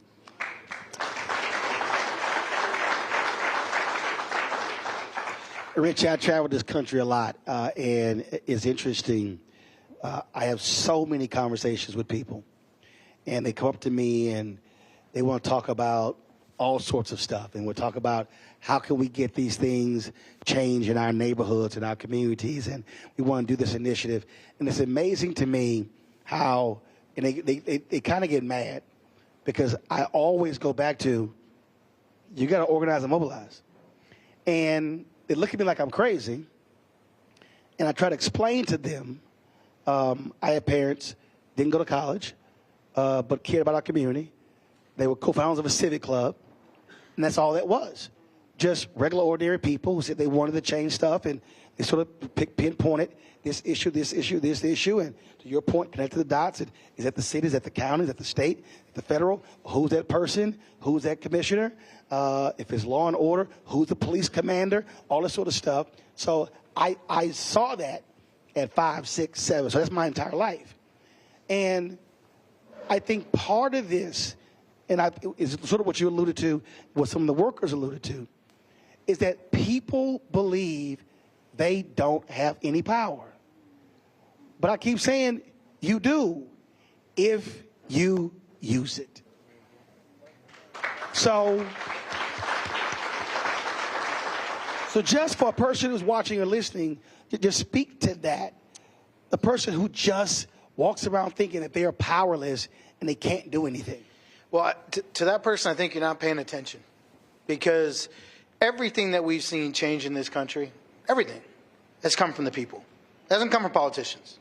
Politicians react to what they're being told by the people. Okay?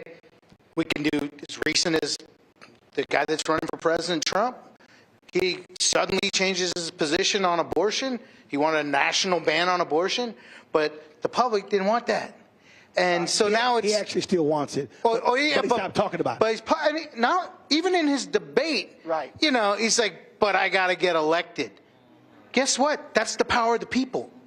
And that's not just Trump, and it's not just Republican or Democrat. It doesn't matter. When the people stand up, when they rise up together, whether it was gay marriage during Barack Obama, his position changed. The position changed because the people's position changed. I don't think he woke up one day and went, you know, Michelle, I think I'm okay with the gays getting married. I don't think that happened. I think what happened... Well, actually, he was for gay marriage, but he came out against it because the people were not going to vote for him. So then he against it. Then he came out for it. So he actually evolved.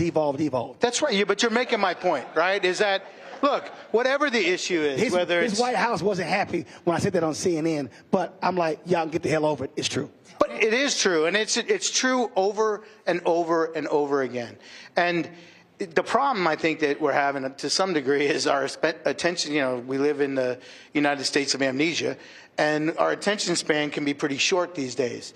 And we get on something that we could probably have an impact on, and then within a week we've changed it, and we're talking about something now. That has a lot to do with what you see on the news outlets and the change in the news cycles and 24-hour news cycles, and I could talk about a lot of different things all day. But listen, when we stick together, when we band together as a community, as a society, whatever it is, when we come together and we say, this is the change that's going to happen or else you're not going to be around, politicians do what we need them to do. And I talked about earlier with the approval of unions. They didn't just all of a sudden start signing on to letters. They're doing it because the public sees us in a favorable way. That's another example. But also, again, and it's real basic, what happened was there was one person at a place who said, this shit ain't right. And then they start talking to somebody else. That's right. Like, you're right. This shit ain't right. And so 2 people then talked to 2 other people, and the 4 talked to others. And now it's 8. Now it's 16. Now it's 32. Now it's 64. And now you go from a singular idea to a movement. So what I keep saying to people is, as long as you as an individual are frustrated and you don't make an effort to talk to somebody else, and then y'all go, man, what can we do together? Then you're just going to be walking around being frustrated. And I think what's happening, and we're actually seeing it in the data, people are realizing, wait a minute, if somebody else is negotiating for all of us, that changes than me trying to just get what I can by myself, because it's harder to get something by yourself. Yeah. Well, you just described the Delta organizing campaign. Right. Now we're talking on a grand scale, a national scale, but what you described is exactly what we need to be doing and what's happening at Delta Airlines. It started small, it's growing, and it will see the finish line, and it'll see it very soon because the people stood up and said, we want this and we're going to make it happen. That's right. That's right. Yeah. And they're holding their elected officials accountable. So the power dynamic that your union is using is holding those elected officials accountable and then asking for their support because you know what you did for them. And so the same thing goes for these Delta workers. Thank you for your service, first of all. Thank you. You all don't get thanked enough. Thank you for making sure our bags get here, right? But Deborah, listen, I've always said, I appreciate when somebody said, Roland, you did a great job. I can't deposit that. That's right. Well, it's right. Put it on the check, right? That's what you want. I do. I tell people. I can tell myself, Roland, you were great. You want to show me how great? Put it on the check. Bigger deposit. Right? Yeah. Put it on the check. So for Delta to be such a wonderful company and such a brand for the city of Atlanta, and this message is really for the city of Atlanta because we do a lot for the city of Atlanta, Georgia Stand Up, and our affiliates, and all of the community organizations that are in coalition with us. If you want to be a good neighbor, if you want us to keep coming for your family reunions here in Atlanta and the conventions here in Atlanta, what the people of Atlanta are saying is respect the union. I am a man. I am a woman. woman and they need a union, and they ask for it and they want it, and don't stand in their way, because they help to move this city, move people here to this city. They help to get our luggage here. We need to help them. So this is a clarion call for all of us to get involved with this election. So before I go to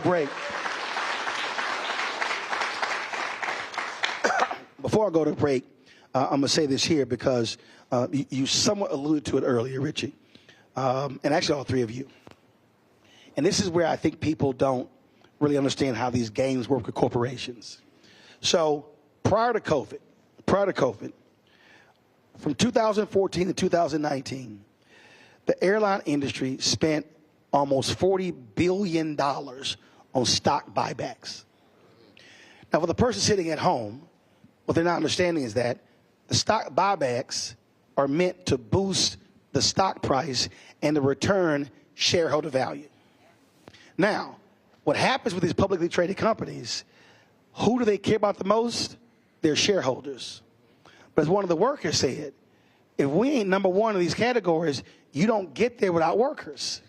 But what has happened is you have so many of these companies, not just airlines, so many of these companies are so focused on their stock price, on their shareholders, on their investors, without realizing you don't have high performance without the production of your workers. The two go together. I can sit here and say, oh my God, we had a great broadcast, but I kind of need the lights, the cameras, the switching, the audio. If you want to see a bad show, you can look great, but if your audio's jacked up, it all sucks.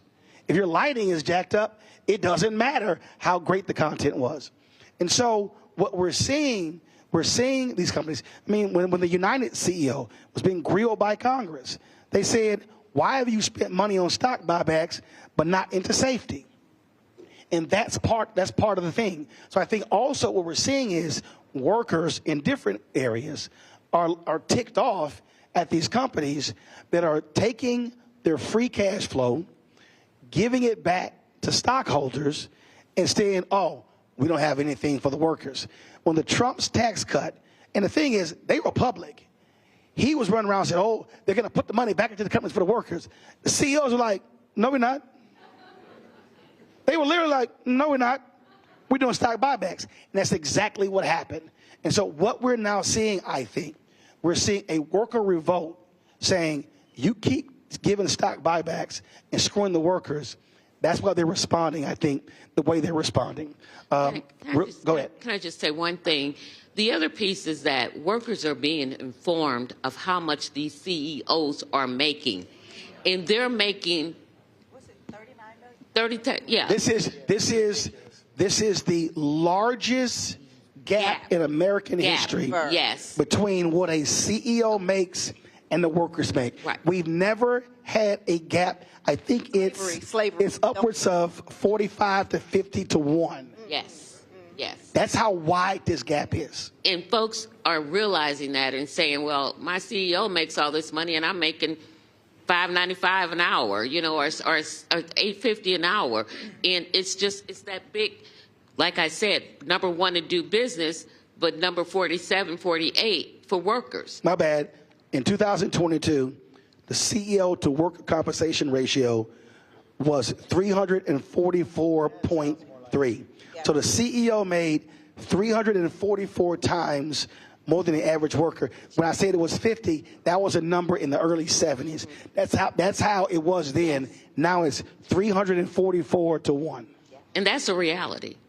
That's not just pulled out of the air. That's not right. It's not right. It's not right. That ain't right. It ain't right. Well, it was funny. It ain't right. It was funny. I know one CEO in the media business who they own multiple different companies, but they told one of their divisions there will be no bonuses for the workers, but the CEO got a bonus for their performance.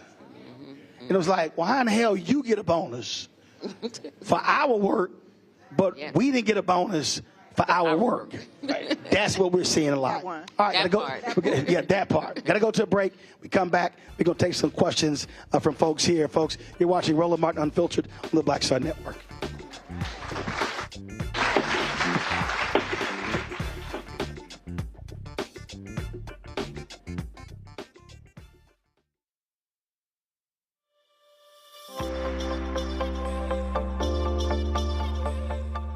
Hi, I'm Danny Glover. Sign your IAM card today. Why? Because unionization means representation.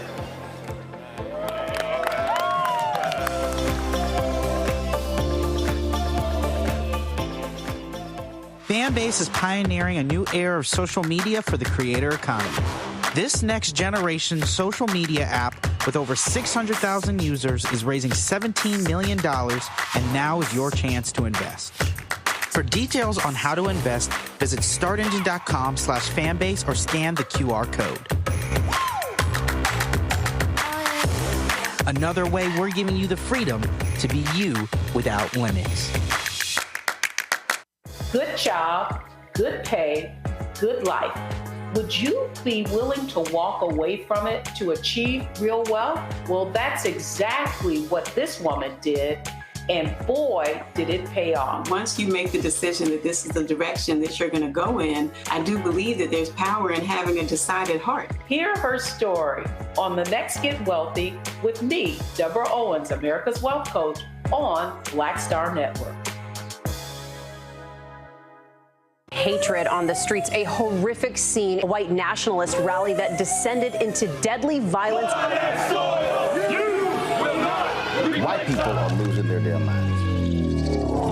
As an angry pro-Trump mob storms the U.S. Capitol, we've seen We're about to see the rise of what I call white minority resistance. We have seen white folks in this country who simply cannot tolerate black folks voting. I think what we're seeing is the inevitable result of violent denial. This is part of American history. Every time that people of color have made progress, whether real or symbolic, there has been what Carol Anderson at Emory University calls white rage as a backlash. This is the rise of the Proud Boys and the Boogaloo Boys. America, there's going to be more of this. Here's all the Proud Boys, guys. This country is getting increasingly racist in its behaviors and its attitudes because of the fear of white people. The fear that they're taking our jobs, they're taking our resources, they're taking our women. This is white fear.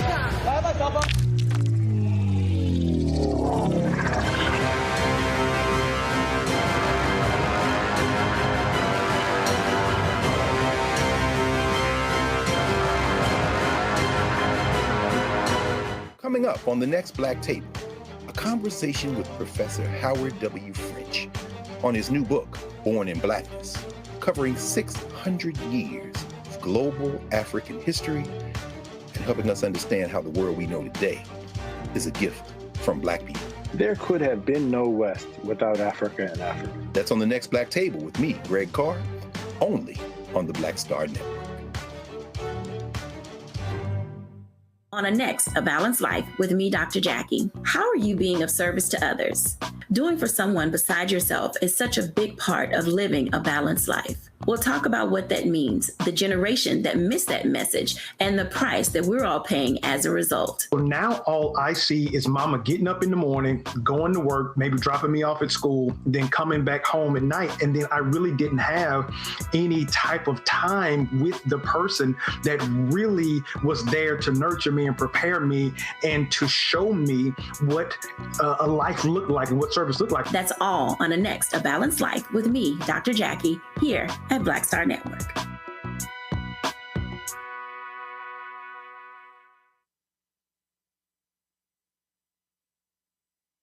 Coming up on the next Black Table, a conversation with Professor Howard W. French on his new book, Born in Blackness, covering 600 years of global African history and helping us understand how the world we know today is a gift from Black people. There could have been no West without Africa and Africa. That's on the next Black Table with me, Greg Carr, only on the Black Star Network. Hello, I'm Paula J. Parker. Truly proud on the Proud Family, Louder and Prouder on Disney+. And you're watching Roland Martin, Unfiltered.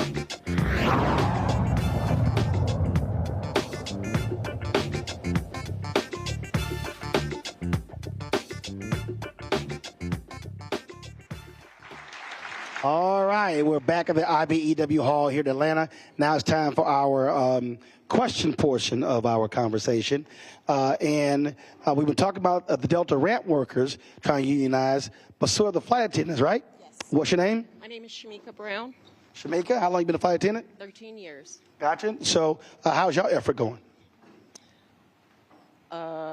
It's going. I say that only because it's a struggle to be. I got it. It's a struggle for us, just like it is for you guys. And I want to say that we stand here in solidarity with you. That's right.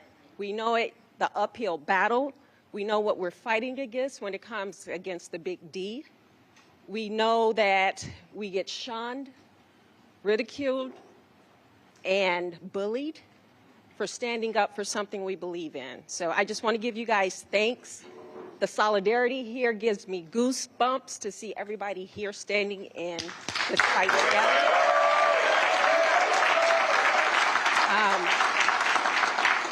Before I ask my question to Mr. Martin really quick, I want to say that we have to stand for something. I was brought up from the Midwest, raised by my grandmother. And I was always told, you stand for something or you fall for anything. So when you go home and you're tired, you're frustrated, you're angry, you're pissed the fuck off. Yeah, it's my show. You can cuss. Don't worry about it. Hey, that's. It's all right. The show is called Unfiltered. That's good. That's good to know. It's called Unfiltered, and I own it. I've been holding back all day. When you're pissed off, just know that you're not in this fight alone. You got support systems. When you need someone to vent to, I'm in Atlanta. Just know that. And we love you guys for getting in this campaign and fighting for what you fighting for what you deserve and finally getting it. So my question, Roland, Mr. Martin, is, from your opinion, with Delta being Mecca in the South, what struggles, outside of the ones that we mentioned already, do you see us approaching when it comes getting closer to the finish line? Well, I'll answer this way. I appreciate your question. Thanks a lot. And good luck in the fight. It's sort of what you alluded to earlier when you talk about when major companies provide community support. And so what I try to explain to people is follow the money. So even in my business, you'll have companies that will buy tables at events, but they won't advertise with black-owned media. Well, what they'll do is they'll say, oh, we support the NAACP, we support the Urban League, we support the UNCF. But then I try to explain to people, I want you to calculate how much they are giving and then how much we're giving up. That's right. And a lot of people don't understand that. So I'll give you an example. We've been highly critical of PepsiCo. PepsiCo, significant market share, African American. Their numbers that they spend with black organizations and black-owned media is abysmal. So PepsiCo had an initiative where they, with the Urban League, where they 5 years, $10 million to help black restaurants. Support it, that's great. Then they had an initiative where they wanted to drive $100 million in receipts to black-owned restaurants over 5 years. Great idea, they can't track it. PepsiCo spends $3 billion a year on marketing. If PepsiCo spent 5% of their marketing budget with black-owned media, that's $150 million a year. That's $750 million over 5 years. So when I'm explaining that, I say to Black America, which one has a greater impact? 5-year, $10 million, $100 million over 5, $750 million over 5. So we have to learn to stop getting excited when companies sponsor events and say, oh, you gave 25 grand to this, but you generated 10, 20 billion in profits. You gave this percentage to these events in the city, but this is what your stock buyback was. So part of the problem for us, and I'll say this specifically for African Americans, we get excited with big check presentations that are small amounts. So to answer your question, we have to literally educate people. Don't get excited when you see platinum sponsor without asking, okay, but how much are you taking care of workers? And I think that's the part of the problem. I see this all the time. People are like, yeah, but so-and-so, they're a great community partner. How much was that budget compared to this over here? Happens all the time. It definitely does. But one of the things, this is the legacy of Atlanta is Maynard Jackson. As you come into the airport, of course, is Maynard Jackson Hartsfield Airport. But he said that if we're going to have an airport, a new airport, that it was going to also include minority businesses. And he says it won't happen without minority businesses. No. He said tumbleweeds will roll down the runways until this happens. So that's 50 years. 50 years ago, he was the mayor of Atlanta. Before he became mayor, African Americans were receiving 0.0012% of all city contracts. Not 1%, not 0.5%, not 0.25, 0.0012%. Right. You ain't got to be a math major. Right. That basically is nothing. Right. The math ain't mathin', right? So we have to make sure that we also understand the value proposition of Delta. If Delta this is a company town, the town says no. The town says pay the people. The town says we want a union. We want to make sure that the company knows that we understand the value proposition, that we understand here in Atlanta that Delta moves Atlanta, but we also move Delta. And so we're going to stand with you all because that's the value proposition, right? Go ahead. I just want to say to the sister and brother from AFA over there, I know the struggle you're going through, and I know how difficult this is. I tried to organize the flight attendants in 2014, and we actually filed for an election, and it is a difficult struggle. But I want you to know that we committed to this together, and we will be there to the end. Whether we win, lose, or draw, we will be standing side by side with AFA because they've stood side by side with us. So thank you. All right. I just want to. Go ahead. I wanted to add one more thing. Be prepared for anything that Delta does, because when we're not prepared is when we are caught off guard. Always be Girl Scout. Always be prepared. And they're going to spend billions of dollars to discourage you. Instead of giving you that money in your pocket, they're going to spend it on some high-powered attorneys, high-powered union-busting firms. And the best way to combat that is to be ready and know that what they're saying is not the truth. And sister, thank you for saying that, because after this show, and I guarantee you Delta's watching it, I guarantee you they're watching it. After this show, when they hear how close we are and how close to the finish line, they are going to ramp it up like we have not ever seen. So she is 100% right. Get ready for the fight. So, but they have to stand strong. They ain't never spent no advertising money with me. So I'm like, okay. What's your name? What's your question? Tim Henderson, Delta Airlines, 25 and a half years. My question is, for everything that's been said, the question becomes, does people understand why Delta workers think the way they think? Because if you don't know our history, then you can't understand why they think the way they think. We never had a union because we had everything the unions had. We had pensions, we had sick days, we had everything.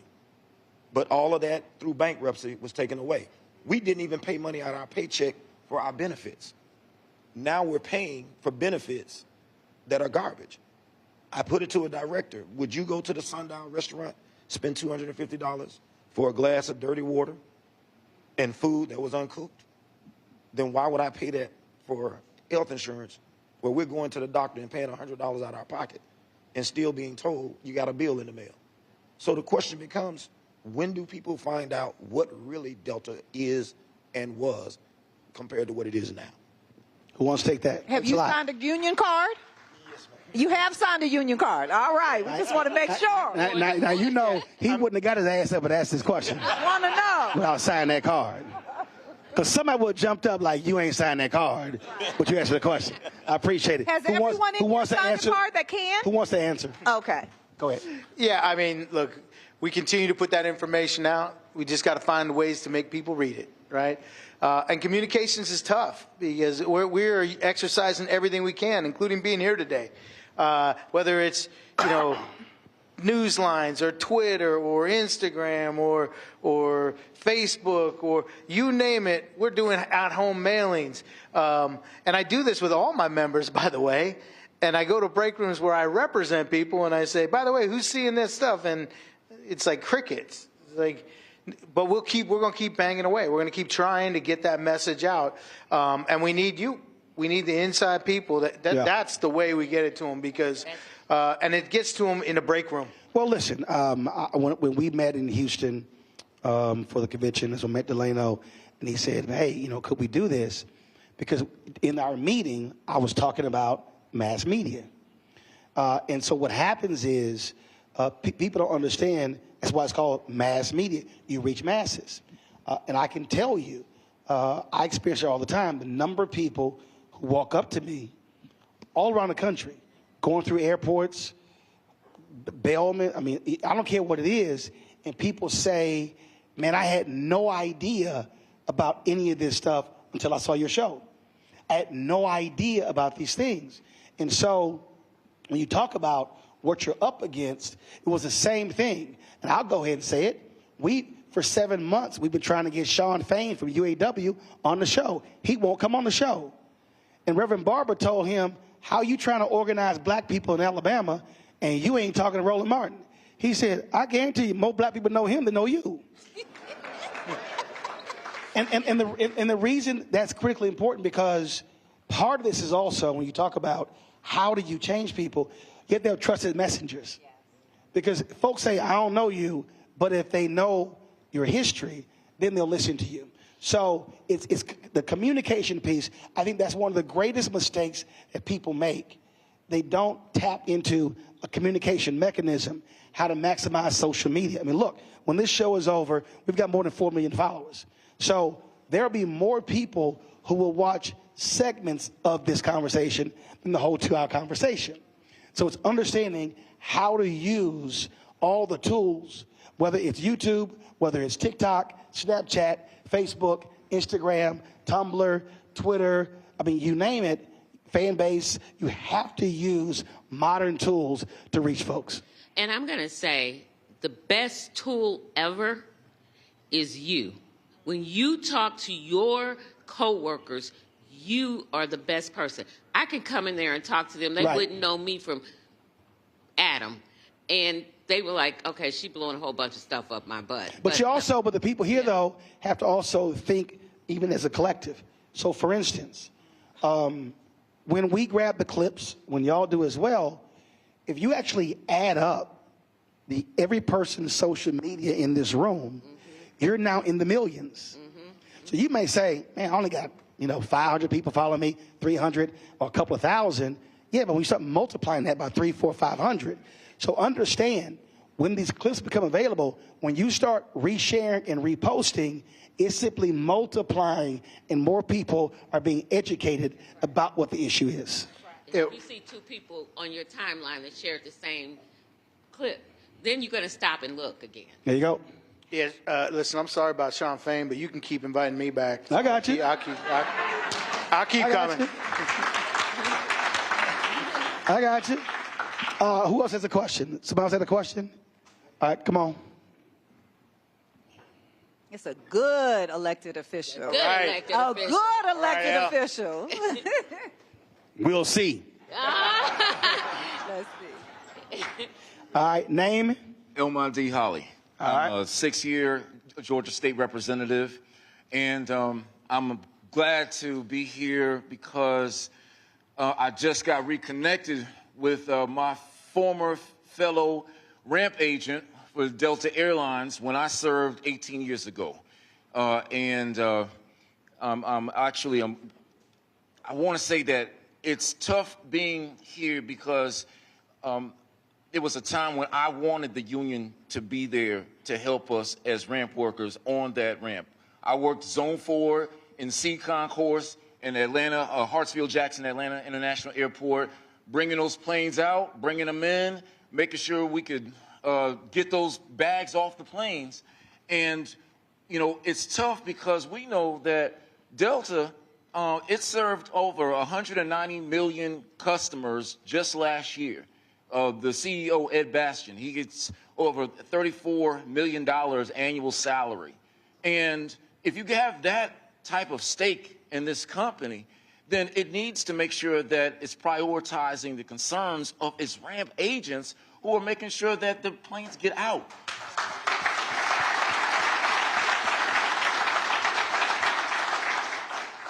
And briefly, I know that my colleagues who are here in this room, we've seen how in this state, how the governor has signed Senate Bill 362, which tries its best to make sure that when companies are trying to relocate to Georgia, that it strips away their tax incentives if they voluntarily recognize unions. And to have an environment where we always hear about the #1 state in the country, that Georgia's the #1 state, but how can you be the #1 state in the country for business, but be the #1 state to give the workers a business? That's not right.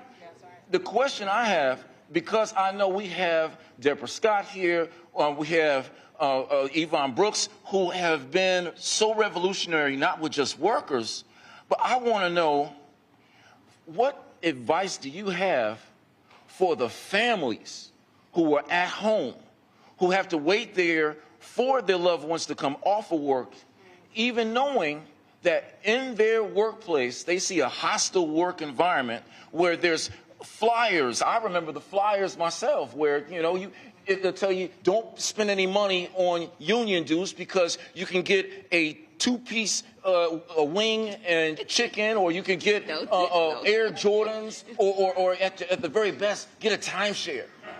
And when you devalue a worker, you know, they can come home and actually decide not to fight anymore. So speaking as women and as mothers, what advice do you have for those who are at home to help them, encourage them to stay in the fight? All right, final comment. Appreciate it. Thanks a lot. Well, first of all, El, thank you for standing up, because you're one of the few elected officials that stand on these picket lines with us. So thank you for standing up.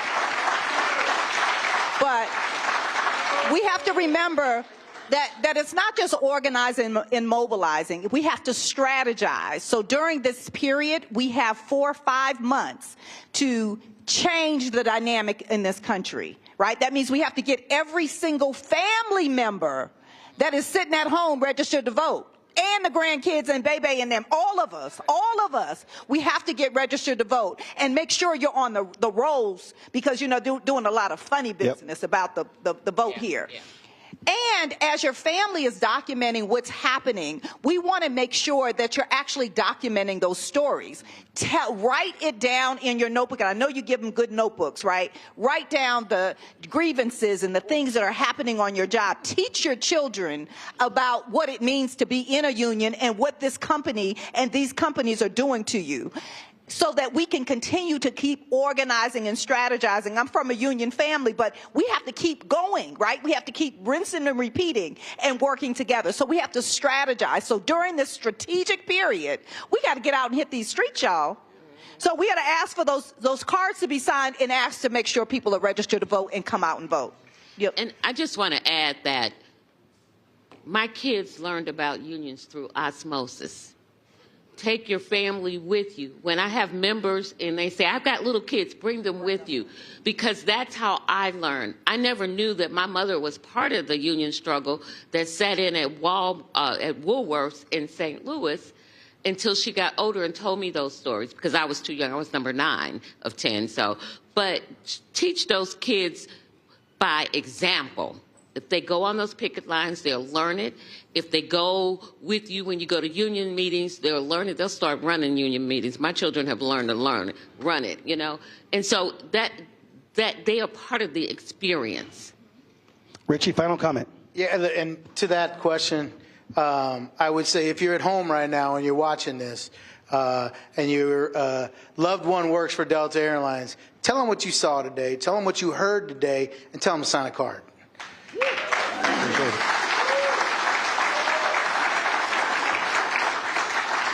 So I'm trying to keep my voice as much as I can, trying to get it back. So here are my final comments here.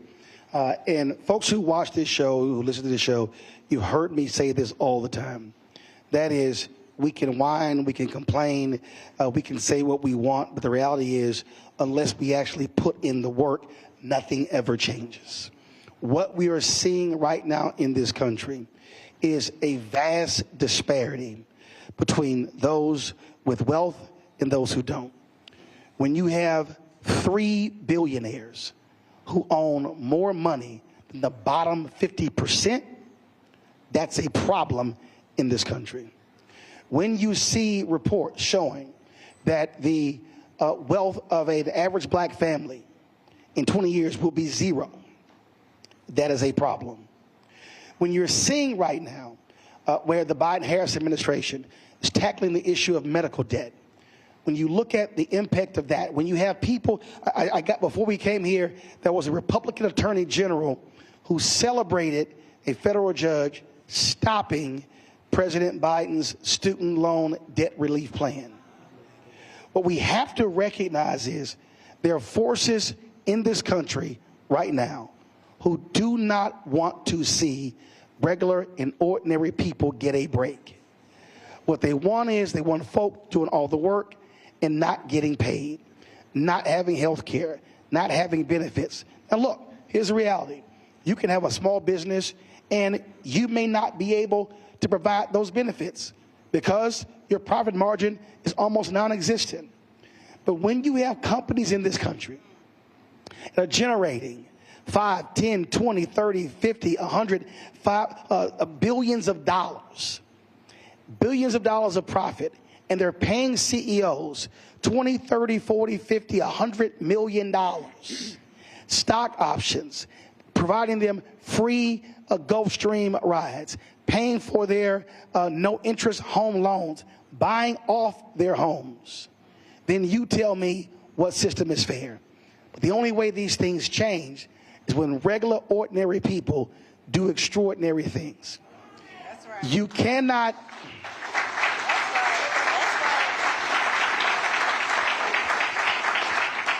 I have to remind people, the March on Washington was called the March on Washington for Jobs and Freedom. That was an economic conversation. And what you're seeing right now in America, you are seeing people, the reason all these billionaires are lining up behind Donald Trump, because the tax breaks expire in January.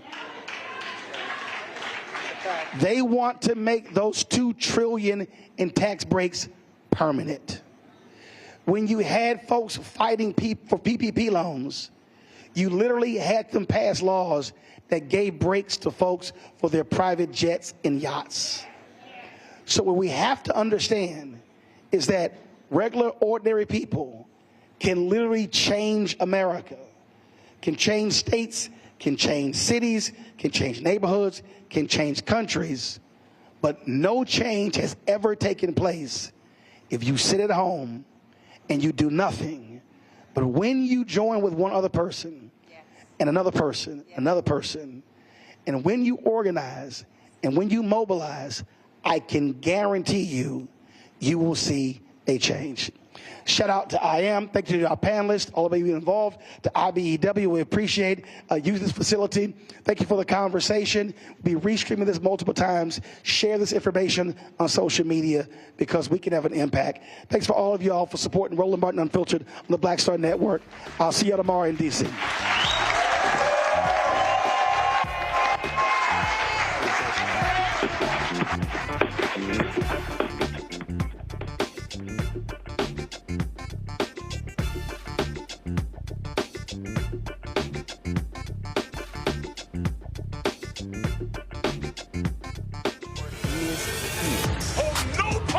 I'm real revolutionary right now.